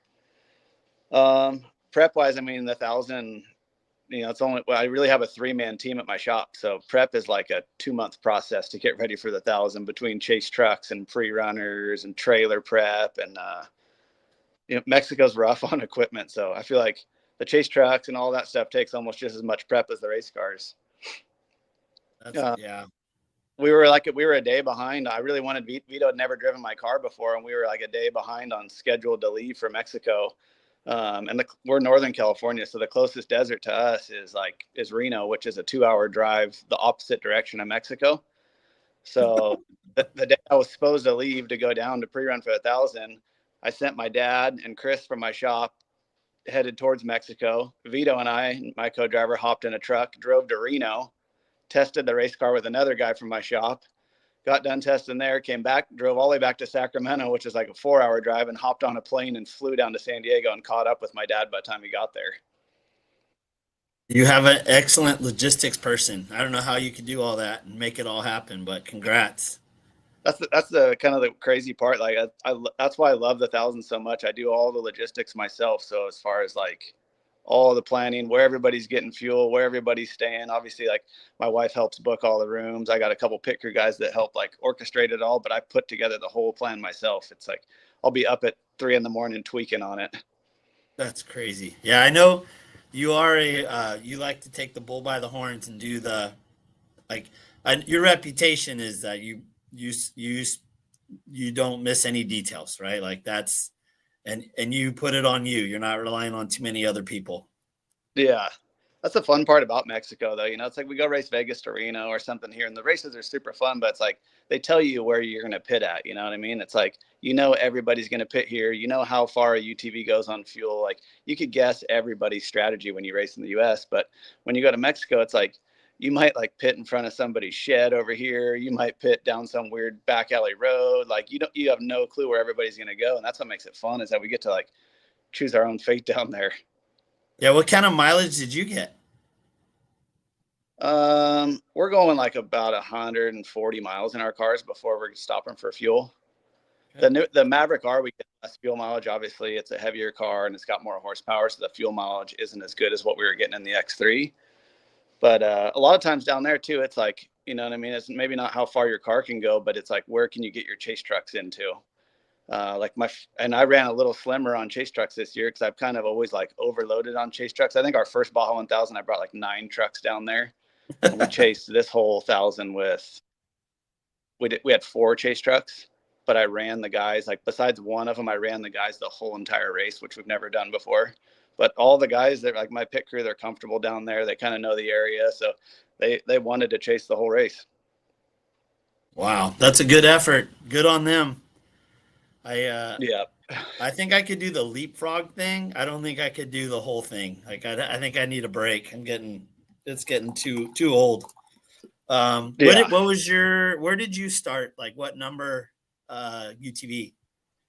So I think we were 7th in forced induction. So we start behind all the open cars, and then I was 7th in the forced induction. So yeah, you got to suck some dust. Yeah. What was your strategy? Well, hang on. I got to be honest because I know you. I know you're okay. Class wins are great, but I know you were chasing an overall, right? Yeah, for sure. Always. All right. So you're at a disadvantage sucking behind 27 other cars where, for sure on speed, you should be way farther up. So tell me what the strategy is when you're leaving, because from what I heard, the first section was pretty single track with not a lot of room for passing. Yeah. It's hard on the strategy too. It's like you saw Caden, he took a rear start, maybe thinking that was going to play into his advantage and not get into, say, the spec trucks as fast. So then it's like, okay, is it an advantage where I start because I can work my way through the UTVs maybe faster than I can spec trucks or class 10s. But what I've learned in Mexico is it's like, it doesn't matter. It's so situational about like where you happen to land in somebody's dust. But strategy wise, like UTV, it's kind of like where we used to have the strategy of just going out and finishing races. I'd say over the last like 2 years, the strategy is that you got to go pretty hard all day long if you want to stay up in the lead pack, because there's enough guys out there that are going to go hard. One of them's going to finish. You see it in this race. There was a bunch of people in that pack jamming, and then all of a sudden they start dropping off, and you got some people like jam all the way to the finish and don't have a single issue all day. And you got up, correct me if you're wrong, but at some point you were like top 5 overall? We ended the race 3rd overall. 3rd overall, okay. Yeah. And did you have any problems? We had a couple flats that were like well-earned flats, hitting some good rocks. One of them was in Vito's section, and he had like struggled with the jack for a really long time in San Felipe. And then we lost one fuel pump. Okay. So, yeah, it was kind of like when we came, like we were staying like right in that lead pack up until like the mile 2:10-ish mark, and then as soon as you turn from there on the course, you've been on the coast the whole time. It's really wide open. There's lots of opportunity to pass there, and then you turn and you kind of go up in the mountains, and it's like 2-track with rocks on both sides, and it's just like, and the sun is setting, and I just got stuck in dust, and I didn't get around. It was another UTV. I didn't get around them for 150 miles. Like there was just no way I could push. They were going just fast enough. It was hard for me to push through the dust until we finally got down towards like Catavina area. And when we got down there was a couple good split lines and some stuff that we'd pre-ran. We dropped in this wash, and the car that was in front of me dropped in the same wash. I'm like, oh, he's got my same line. But I had a way to pop back out of the wash and get on some hard packed, and finally got around him. But yeah, that held us up for a while. And then it just got to a point later in the race that we were doing so good in class position that we kind of, that was the goal at a certain point. Yeah. Yeah, it was I think you won your class by like an hour, 45 minutes, I think like 3 hours. 3 hours. Oh, sorry. And then when I got back in the car, San Mateus there, and it was like mid 30s and pouring down rain, like gnarly rain. I was like, I know Vito didn't pre-run this section, but I just want to like make him stay in the car and not even get back in right now. You're like, I'm good. Yeah, we powered through it. It was crazy. I mean, that race, I don't know if other people talked about it or not, but that race, it rained in the beginning, a decent amount right at the start line. And then at the finish, it rained like crazy all the way in. It was weird weather. I know, like we were at the start and it was raining, and then we made our way up to Ojos and it was dusty. Yeah. Like it was super dusty, like powder flying everywhere. And so we were kind of disappointed as, like, I guess you come Ojos Meadows, like you were expecting it to be beautiful and it was just super dusty. My dad was in Ojos. He went out there in my Raptor and he had a spare out there and set up, and he sent me pictures of the truck like after the race, and it was just like where they parked at Ojos right there, like where everybody's in that little whoop section right there. I mean, the trucks were just, everything was covered in silt out there. Yeah. That's too funny. Then you take off from there and you go into in Europan, and it was like the day before the race, I'm always trying to my plan is always, I'm going to be calm. I'm going to rest all day. I'm going to stay at the hotel. I'm not going to do anything the day before the race. And I always wake up the day before the race and get my pre-runner and spend all day out there. I was worried about a couple spots in Europan where there was these like silty climbs. I knew that we could go right up them in the UTVs, but I was worried about like the 10 cars and the spec trucks in front of us getting stuck. And I spent all day in Europan the day before the race, like hiking lines through the bushes and finding ways around it. And it ended up paying off because when we got there, sure enough, there was cars scattered everywhere. Justin Lambert's upside down in the middle of the ditch. Like, it was I heard about that. It's like that first 70 miles, you don't take a breath, and then all of a sudden you hit the highway and the speed zone. You're like, okay, now we can go racing. All right. So what was the most memorable part of your Baja this year? Whether it was pre-running or the race or the finish or coming home, what was it? I don't know, man. It was a really fun Baja for me. It's finally like, this is our fourth Baja 1000. I finally kind of like know my area around there. I'm not like tripping out on where to get fuel or where to stay, so I can actually go down there and enjoy it. We ran like a small team. It was just my dad and one guy from the shop. We just had a blast pre-running. Like, that's the most fun thing about the 1000 or any Mexico race to me, is going down there and pre-running. Once you're racing, that's like when the work turns on, you know? Yeah. Pre-running, you're just down there with buddies having fun. That's cool. So just making memories. That's what we say. We're just making memories. We stayed at, I don't know if you've stayed there before. We stayed at the Old Mill Hotel. Like, that was kind of where I based my pre-run out of. And it's like, my wife's like, I was sending her pictures of the restaurant and stuff and the food, and she's like, oh, it looks so good. And then it's like, I send her pictures of the rooms, and it's like, she's like, oh, I don't know. You wouldn't want your wife, she probably wouldn't want to stay in the hotel rooms there, but like the food and the environment there, it's a really fun place to stay. That's cool. We'll have to get down there at some point. Yeah. Well, thank you for joining us.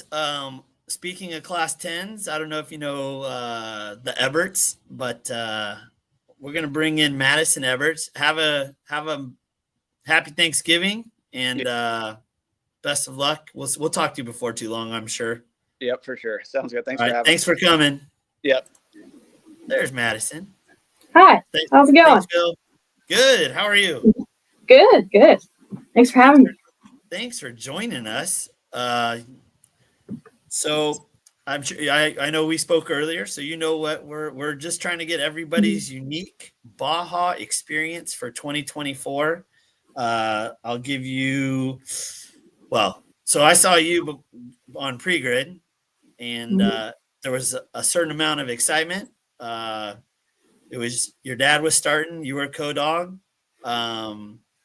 You're a great follow on social media, like a lot of entertain. You do a bunch of cool stuff, dirt bikes and off-roading, and you work at Honda. So you do get to do a lot of cool stuff. So it was fun to meet or chat with you on in Ensenada before you had to put your helmet on and hop in the car.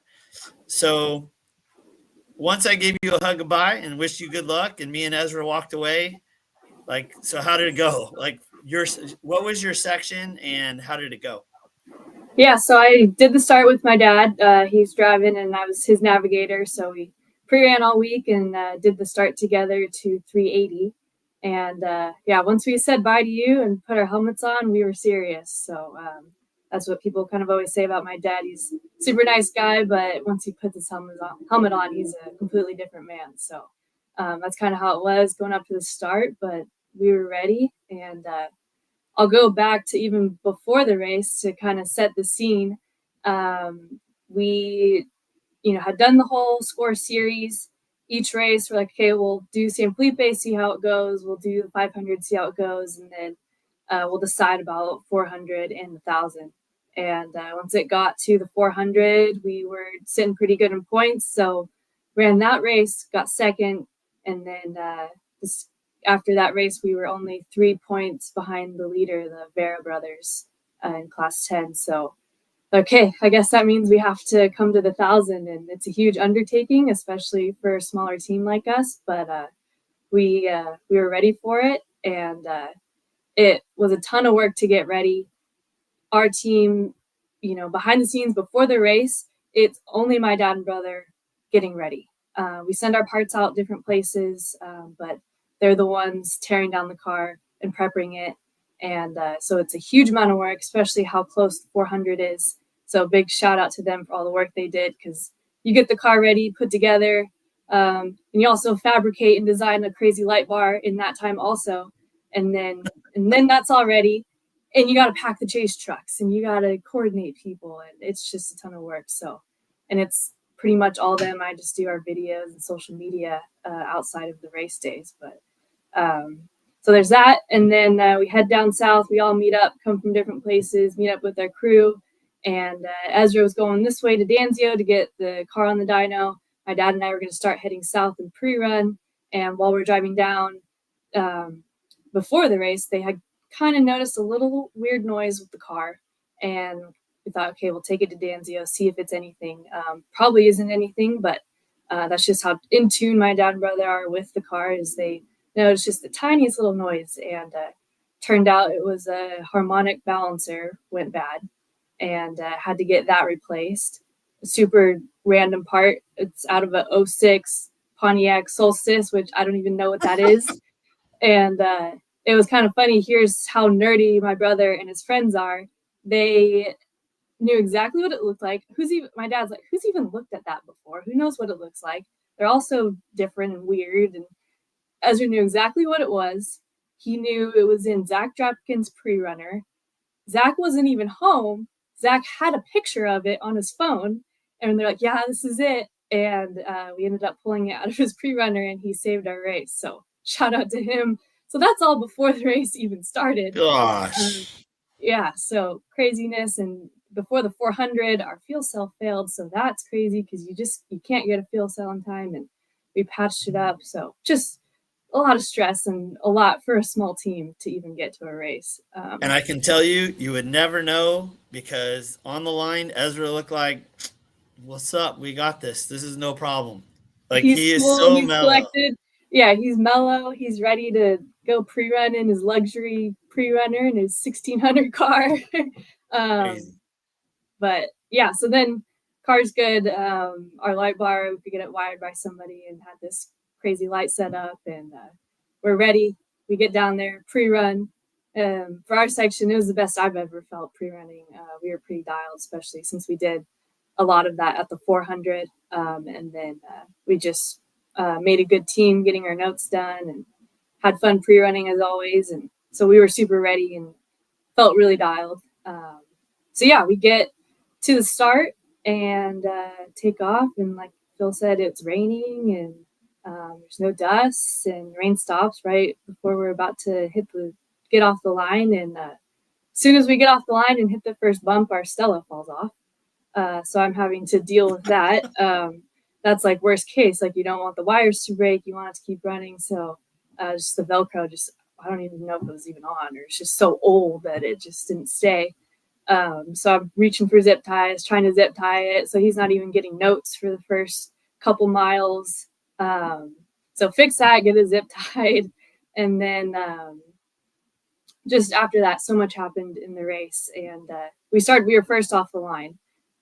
So we kind of got away and start picking off trucks and make some passes pretty quickly, put a few trucks between us and Bear Brothers, or Willard Potter, who started behind us, and then for the Bear Brothers. But pretty quickly, I think RJ mentioned it, there was a bottleneck with the truck. That happened pretty quick off the start and right in front of us. So as a super wide part of the course, we're coming quick up on a truck. And as soon as the course narrows, he slows up and just dies.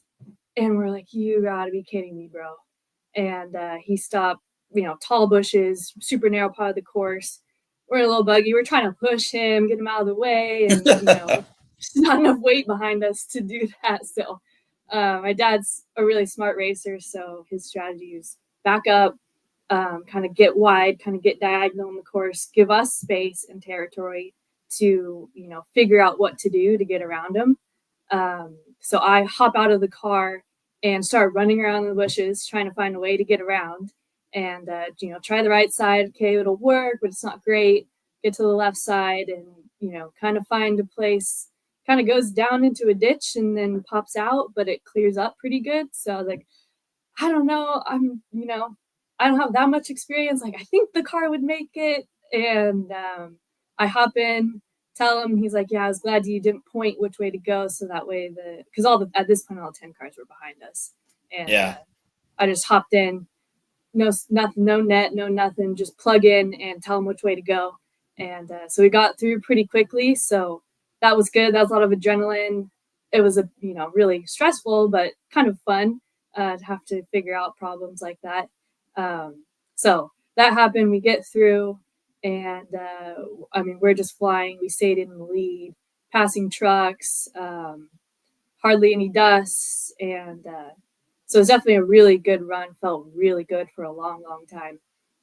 And you guys, how far did you go? To 380 to Cadvina. Cadvina, all right. And so, you guys did you hand off in the lead? We were second when we handed it off. So we had more issues later on once it got dark. But even before that, once we got to the coast, at some point we passed one of the Wilson cars, and they caught back up to us at one of after a speed zone into a really wide section of the course by the ocean. And they, obviously fly right by us. And there's a danger coming up, a pretty good ditch. And I've probably seen the video where they went end over end about 3 times. Yeah. And we were in their dust, and we go into the dip and pop out. And the car was so high, but we didn't see them at all. And we just see 2 tires rolling, the light bar is still rolling, like full yard sale. Like, that did not just happen. Craziness. And we see the car off to the side.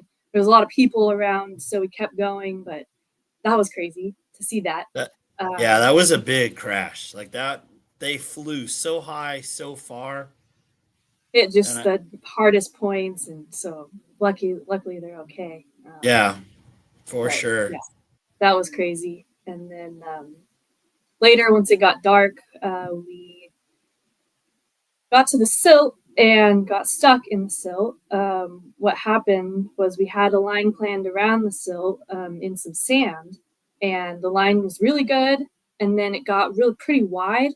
So I think what a lot of people ended up doing was cutting it in the middle to kind of create the perfect line, and it just got super grooved in to go back into the silt.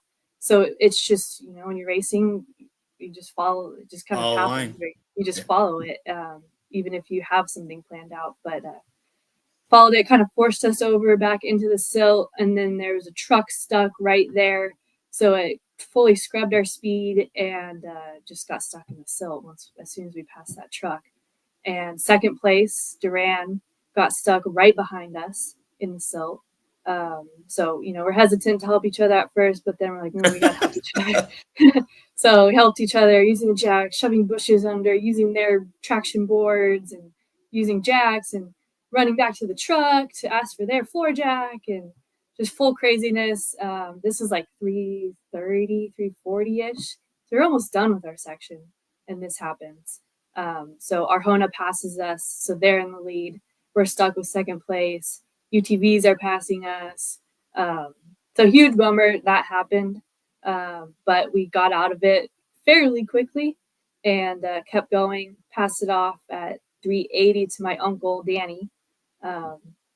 So kind of cool that we had a full family team.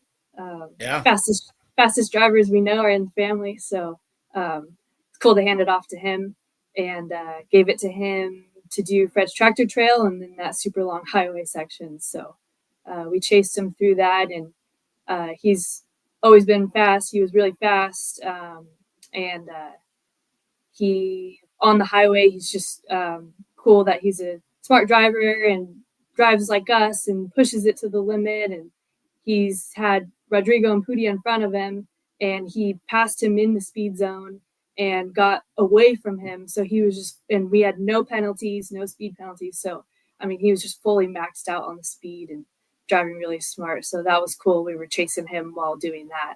So that was good. And then he had a bottleneck as well with the truck in the way on the tractor trail. So I guess that was before the speed zone. And a truck was kind of hanging off the edge. And they. Oh, so behind the Norseman truck. Yeah. Right. I don't think it was Norseman. No. Okay. I think that was earlier. So that happened, and then it happened again. So this truck was hanging off the edge, and cars could still get by. So here's where the bummer was that first and second place 10 cars got by. And by the time we get there, which wasn't far behind, they brought their chase truck out and started pulling their truck because they were going to lose their truck because everybody going by was tapping them further and further. So they made the decision to get a chase truck on the course and pull them out. And that held us up. And obviously a big bummer because first and second got out of it. So that was another big delay in his section. You guys ended up finishing in like over 24 hours?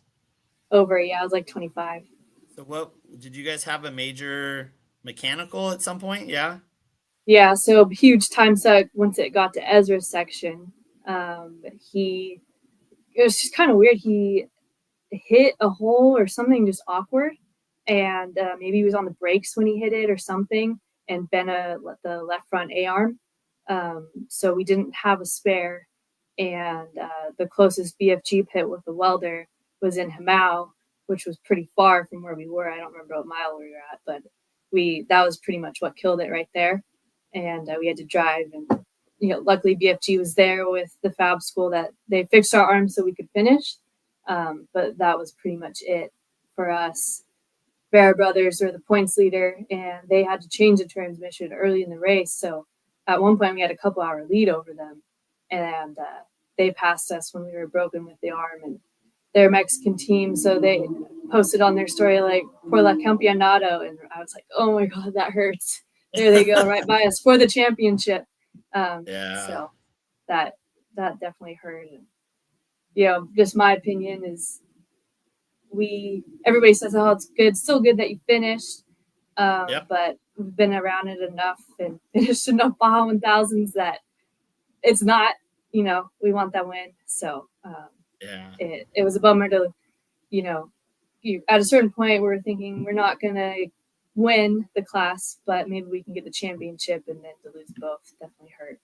Yeah, it's been an interesting night listening to the stories. It's been, we've had some guys that had everything go their way, right? We've had some guys that had to persevere, such as yourself. We had guys that thought they were like it's really been an amazing night to think of all the time, all the prep, everything that goes into it. And then you really have no control. Like it's just a thing. So, well, with that in mind, my next guest, he puts in more time. I don't know if you know Brent Bauman. We're all California people, but Brent rides with Toby. So Okay, I'm gonna bring him in. I'll introduce you, Brent. Meet Madison. Madison, do you know her dad or her uncle? Yeah, I'm one of the old guys, so I definitely know. Yeah, we got all the old guys on our team. Yeah. To the old light setup on the 10 car. Probably not many people still raced against when that light setup was on the 1 car. So it was cool to see on the 10 car. Yeah, we definitely got a lot of attention, and I didn't even talk about the light setup, but just really fast. He's done that light setup before, no front light bar, but the big side kind of light rack, I guess, and that worked really good for us. I think it was a huge advantage, even though we had some downtime. It definitely helped us at night, and we could see through all the dust, and had definitely an advantage there. So that was cool. Very cool. Yeah, it was definitely different. So, well, thanks for joining us and thanks for helping me today. Madison was the one who hooked us up with the thumbnails. Really do appreciate it. Unfortunately, did you ever, one of the posts I saw leaving Baja was her gear bag got bounced out of their pre-runner. Did anybody find it and turn it in? Yeah, let me know. I want it back. Yeah. Luckily, it didn't have my brand new suit in it, but it had an old suit, which is kind of a bummer. Yeah. Let me know. Gotta keep your gear. We had that, and RJ had his brand new helmet get stolen. So if anybody sees a Nas helmet on OfferUp, let me know. Anyway, well, thanks for joining us. Have a great holiday. I'm sure I'll see you. Maybe are you coming to the Moore race? Probably. Yeah, we always All do right. a lot of last minute stuff, but so probably. All right. Well, hope to see you there. Yeah, hope to see you there. Thanks for having me. Nice to meet you, Brent. See you guys. See ya. Thanks. What's up, my buddy? Chris, How are you? normally this time of year, I'm usually giving you a sob story of how miserable Baja 1000 was, but and a couple decades of that, I think. But honestly, heartbreaking for sure, but all signs are positive. So me and the Aussies. I have questions for you. All right, shoot them. Well, you get to ride with Toby. I want to know what it's like to ride with Toby. Kind of unexplainable. I've ridden with, I think, some of the best people to ever be in this sport. Kyle Ledoux, been in the truck with Robbie, been like so many super talented people. And Toby has just blown my mind all year. He is an incredibly talented person, so incredibly humble, but we know it on the bike, but I don't really think everybody understands how incredible he is as a driver. He's more precise than anybody I've ever seen. 25 years, whatever I've been doing this. I've never seen somebody so accurate as him. So he makes it easy, but it's also, there's all those other parts to racing a trophy truck and racing Baja, but his skill set is absolutely amazing. So that part of it's really, really fun. Do you guys have? I don't know if I've asked you this, but do you with him in the race? Do you have like pucker times? Like, is there moments you're actually scared, or are you pretty comfy under all circumstances? This race 0, we had a pucker at the Baja 500, and it was about 3 of them near on the road. That's usually the stuff that'll bring the puckers. Or Baja 500, Baja 400, we were first on the road, and had some very, very, very close calls with head-ons, with locals, with other vehicles, just animals. This race, all through pre-running, we were super scared about animals and whatnot, because there were a lot more cattle and stuff we saw through pre-running, and actually that played into some of our strategy and some of what we thought about going into qualifying, because it was pucker moments though with Toby. Like, really, I keep saying I can't wait till we get to give it 100%. I know I haven't ridden with him yet at 100% in quali, and haven't even been much over 75% yet in the race. So yeah, we were looking forward to it. This one, in the position we were at late in the race, we thought we were going to get to have a race with Luke and see how fast he wanted to go, since we were in the prime position of the attack spot and him being up front. So yeah, I don't know. I wouldn't say it's easy with Toby, but it is. There's a whole bunch of confidence. I'll say that we've got confidence. Very cool. You guys qualified fourth. What was the strategy? Was it just make sure you get to the end and chase at the end? We had to be out front, and that was how it was, what we needed to win. This race, as soon as we saw we were going backwards around the Rancho Nelson course, and then really as soon as we got out on sighting lap, first lap, we both agreed, hey, this is gonna take a ton of risk and a ton of abuse, and that's the main thing is Baja 1000. Let's do Toby, let him drive the way he drives, but we weren't, we checked up massively for the jumps. We didn't take, we weren't going to abuse the truck at all, knowing that we've got 1,000 miles and we're going to maybe abuse the truck late in the race. But so that played a big part in our quali. Had a line choice that I talked Toby into in quali that hurt us a little bit. Something got blown out, but anyways, fourth place was ideal, really. That's that really was the best place we could have qualified. We ended up losing our helicopter the day before the race. Our pilot had surgery. He ended up getting one, but if we qualified first without the safety of a helicopter eyes down the road, first on the road, Baja 1000, I've been there a few times, and it's absolutely nerve-wracking when everybody's on, all ready to do it. A new pilot, new helicopter, all that would have been tough. So that was great. Fourth. I gave Christopher a bunch of pressure, knowing that he sent it really hard in quali, and that was impressive. It was a great video. That's awesome.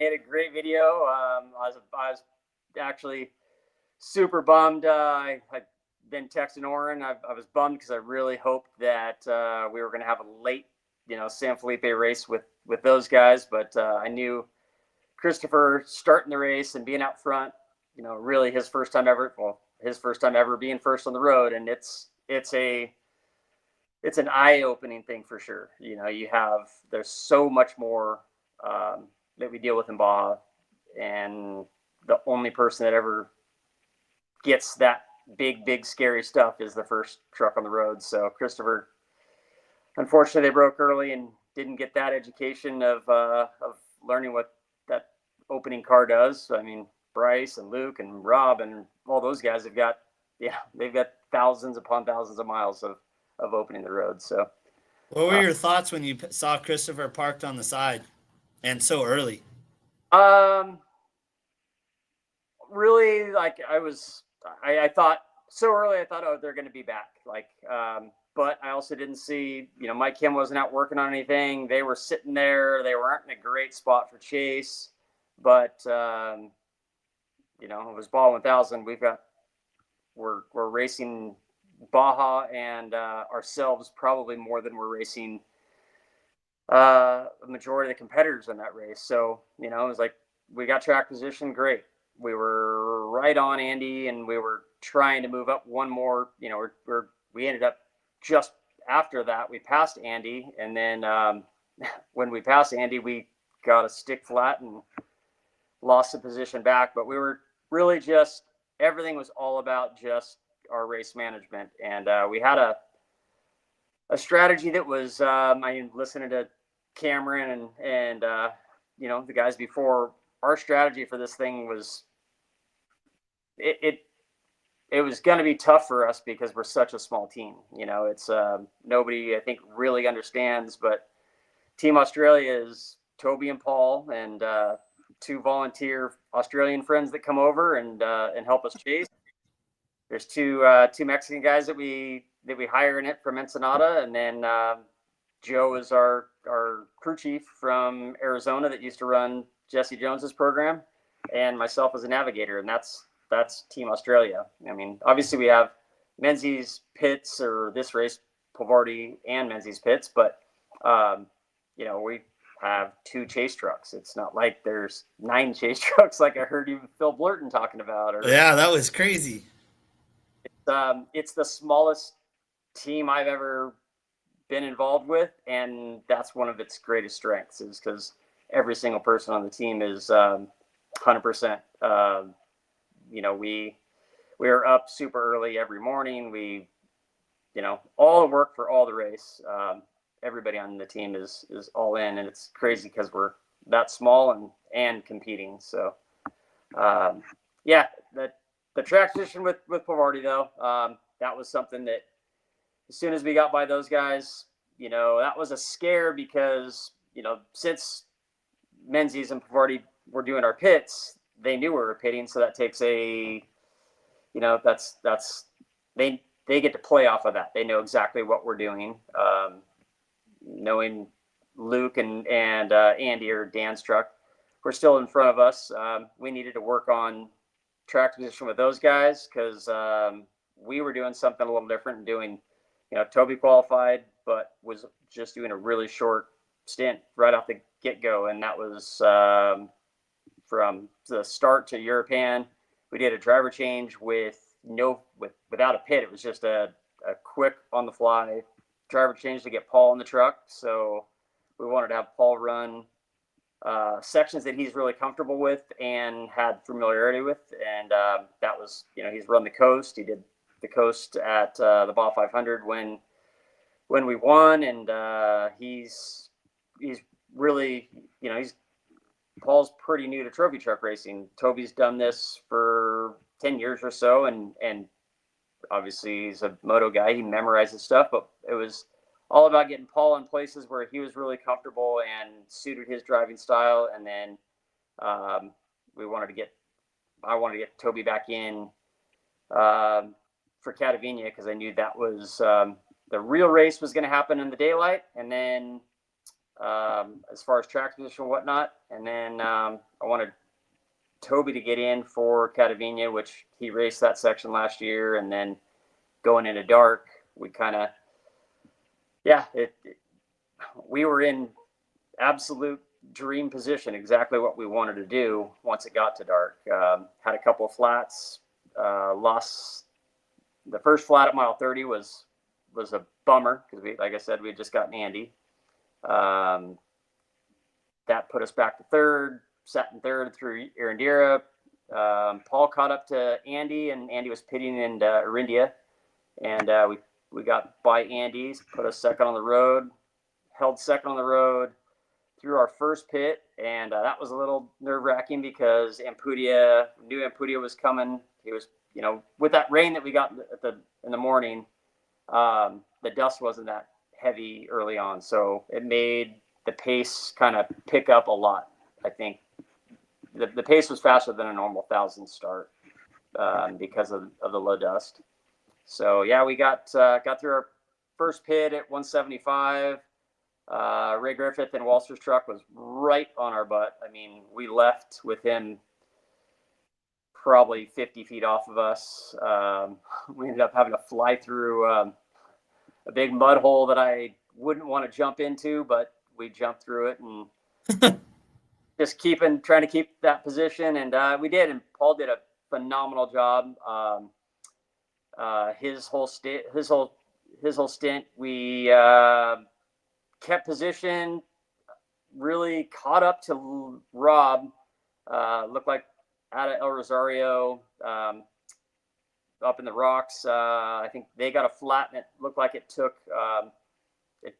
Duncan maybe a little longer than normal because they had a little gap on us. But by the time we came over the hill, the helicopter was circling around, and they got going just before us. So back on Rob, but our plan was really not to worry about that. Where we were track position wise was just keep it moving, keep the tires on it. And I knew the guys behind us weren't going to go by Paul. Paul's pace is great. Is just, it's just tough if we do a tire. And unfortunately that's what happened. About probably 40, 50 miles before the driver change that Paul was getting out and Toby was getting in, we had a slow leaker, and that's the first tire we had was slow leaking. The second one we had was slow leaking. We did about 20 miles on it, and we're trying to manage it and get it to the pit, but it got low enough that I was afraid of bending a wheel and making more time. So we planned on a spot and jumped out, and it was a pretty good. It was a pretty good tire change. Probably, I think it was about 50 seconds for that one. And but Ampudia was right on us, and I guess Andy was too. I heard truck go by as I was doing the tire, but I didn't realize it was both of them. So they were both right on us, and got back in. Paul did great. We ended up catching up to Ampudia, and Ampudia was doing Kraft was climbing back in the truck with a flat, and we talked, like, we saw him from a distance. We're like, push, let's get to him. So, and we didn't quite get close enough to get the bump. We were deep in the dust, so kept in the dust. And like a mile later, they split on a line that I thought we were going to be taking, and they took the right line. And as soon as they did that, I said, Paul, let's, push like 100%. And we ended up passing Alan back, which was cool. Yeah. Booty on the fly doesn't happen. So I was telling Paul, make sure that's definitely something to put in your front pocket. You Alan, and you don't have a whole bunch of, he doesn't have a ton of miles with the luck they've been having. So that was pretty cool that Paul got back by Alan, and we got to our driver change. Good driver change, getting Toby back in, and then the hunt was on. We that was at 3:12, and we knew we had, all of us up front. We know there's no lines that we can pass each other on, really. Usually, like, we take primary line is what everybody's on, so sometimes we're working on the slower line just to be able to get out and be out of dust. But we caught up to Andy. Toby caught up, with Tubbs. We caught up to Andy. Didn't know they were pitting there because I was didn't know where McMillan's pits were. And he pulled into the pit, and we drove by him, and we were then second on the road. Unfortunately, that was a big confusing point for me because I never knew that Andy passed us. So when we passed the McMillan pit and there was a truck there, it was dusty. They just pulled in. We're going through dust. I just knew there was a truck in a McMillan pit. I thought that was Luke, or I thought that was Rob Mack, and it was actually Andy. So Rob was still in front of us, and Tobes just got into groove and ran into the, Catavenia silt, and no issues. Just a super clean, fast pace. Just going along. And then, it was late. We didn't have, like I said, 2 chase trucks. We weren't going to get a split until 380. 380, we got a split on them. And it was good. We were 2.5 minutes back, had another little section, came out of that. We had made time on them, went into Fred's tractor trail, and we both were just like, here we go. This race is ours. We made up another minute on Rob going down Fred's tractor trail. And I think by the time we got to the highway on the 70-mile speed zone, we were 40 seconds physical behind him in the speed zone, which, means we're 1:20 ahead of him corrected. So we're like, let's get down to our pit, we weren't sure what we were doing strategy wise of taking 4 tires to, we had to take fuel there. But we knew Luke was getting in, and had a phenomenal pit. That was a Menzies pit at Porcitos, and jumped in, got on the road. We got back in the dirt at Potomac Wash with like seeing Luke's lights. So it was like, it's all you can ask for. We're going to the Baja 1000. The race has just started at mile 470. We got the rest of the night. We don't have a scratch on our truck. Every single body panel is on it. Not a bump on any light. The lights are all on it. Haven't even used the truck. I mean, it's 100% as far as, no abuse, and just started running, running opposite lines with Luke because the dust was bad there, being close to him at that point. And another flat. We got our third slow leaking flat. That one got done really quick. Was pretty proud of that one. Jumped back in, got running again. We're still in Luke's dust. And mile 505, red light comes on and 0 oil pressure, and broke oil pump belt, and jump out and start working on that. But kind of already knew when we break an oil pump belt, it's usually something else. The belts don't just break the way the Masons are tinned in on the engine and stuff. They don't get debris and stuff back there to break the belt.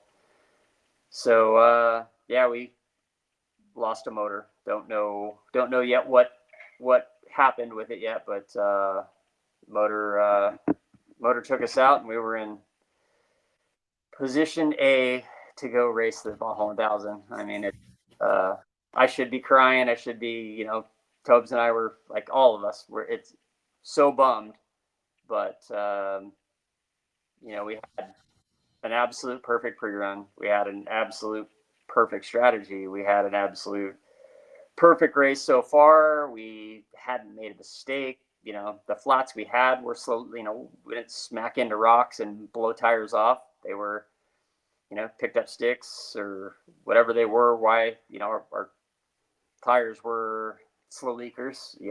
That stuff happens, and that's just part of racing. But it was kind of heartbreaking for another Baja 1000 to be. Yeah, we were talking earlier. There wasn't a lot of action in the trophy trucks, and it's your fault. Yeah, I wasn't planning on there being action anyways. We Tobes and I were just like, we're just gonna sit here for a couple 100 miles. We'll let him see how fast he wants to go. We'll push him as fast as he wants to go. It's Luke. It's Luke and Duncan. Like, who, those guys are. How many have they won? And they've won 4 of 5. Yes, they have. Yeah. But we also knew we had the speed. Kind of had an idea at that point where they were pitting, so we were going to be able to play on their strategies a little bit. And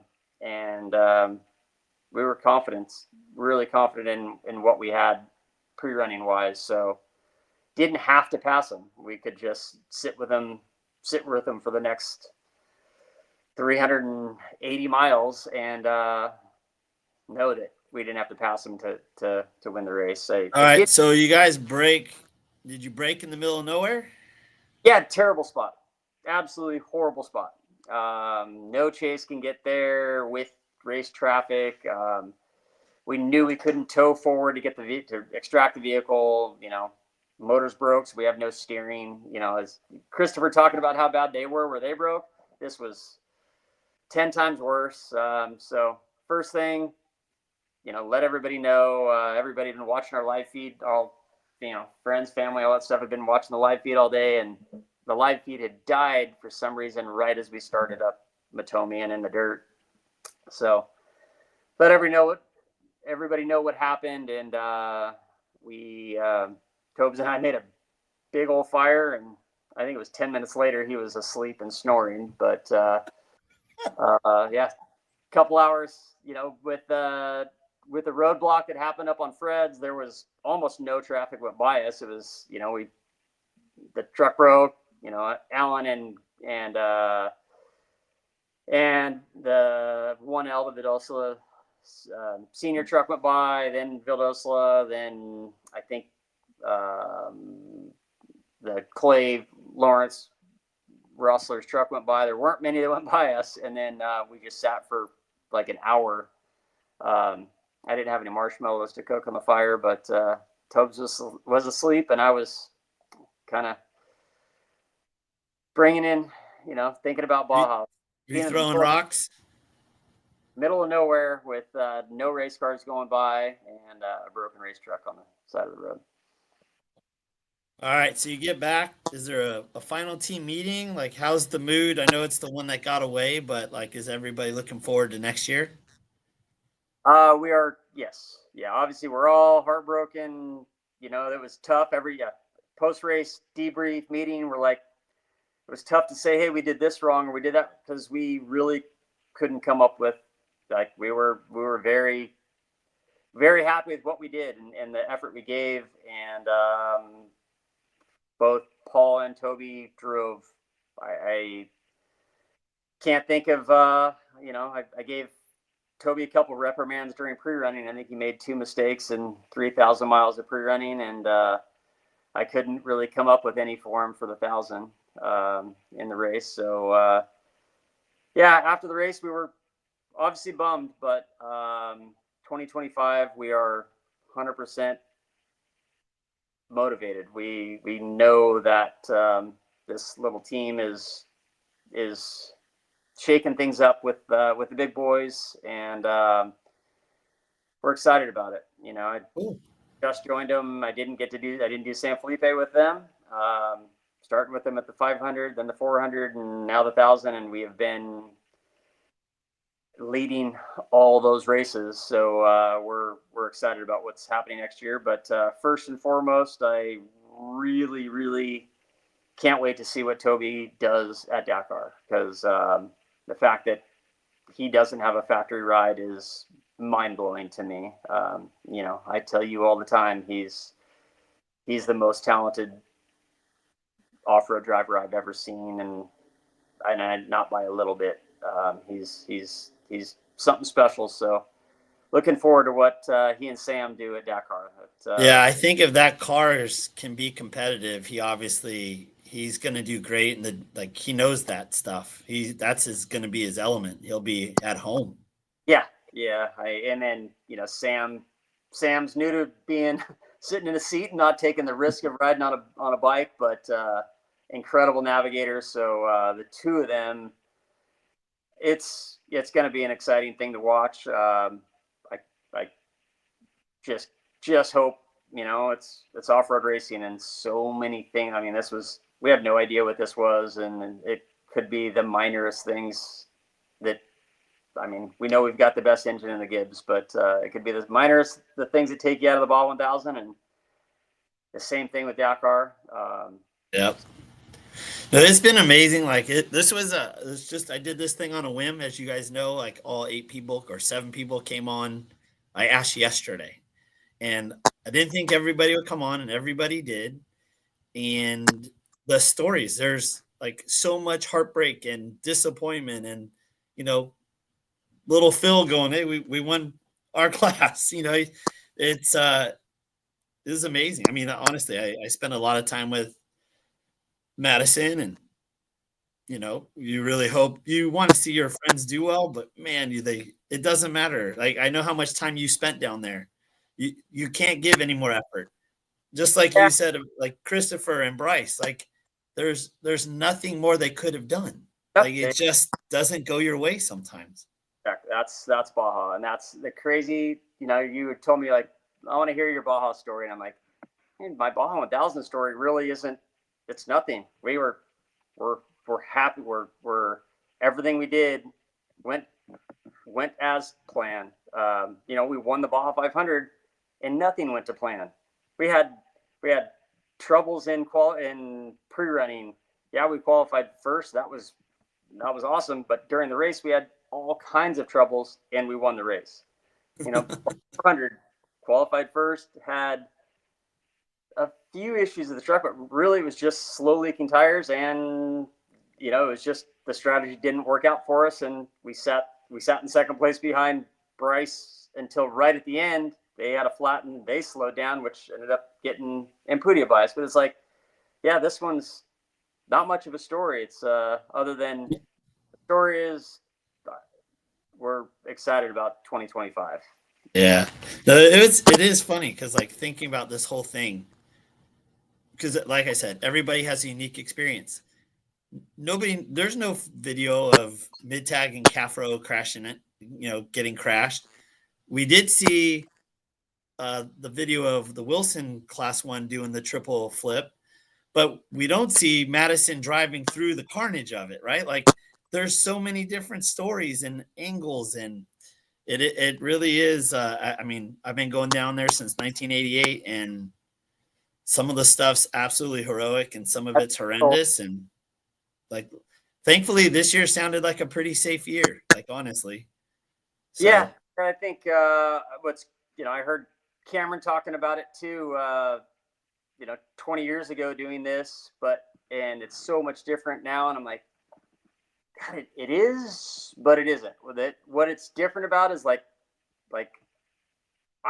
we're not so far out of reach anymore. I mean, I sat with Starlink on in the middle of the desert with a campfire, and I wanted to shut it off just so that I couldn't get text messages and FaceTime calls with people and the tracking and those things are live feed. We had live feed going the entire race. I didn't realize that our live feed was with my audio was going on score, which we'll need to fix next time. But yeah. Do you have the F1 problem?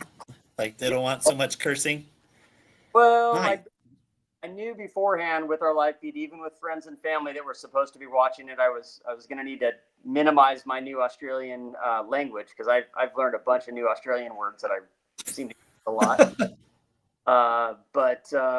Yeah, it was with the Starstream and the live, like that stuff is pretty cool. What it's letting everybody that doesn't really get to spend that much time knowing what we do see, yeah, it's cool.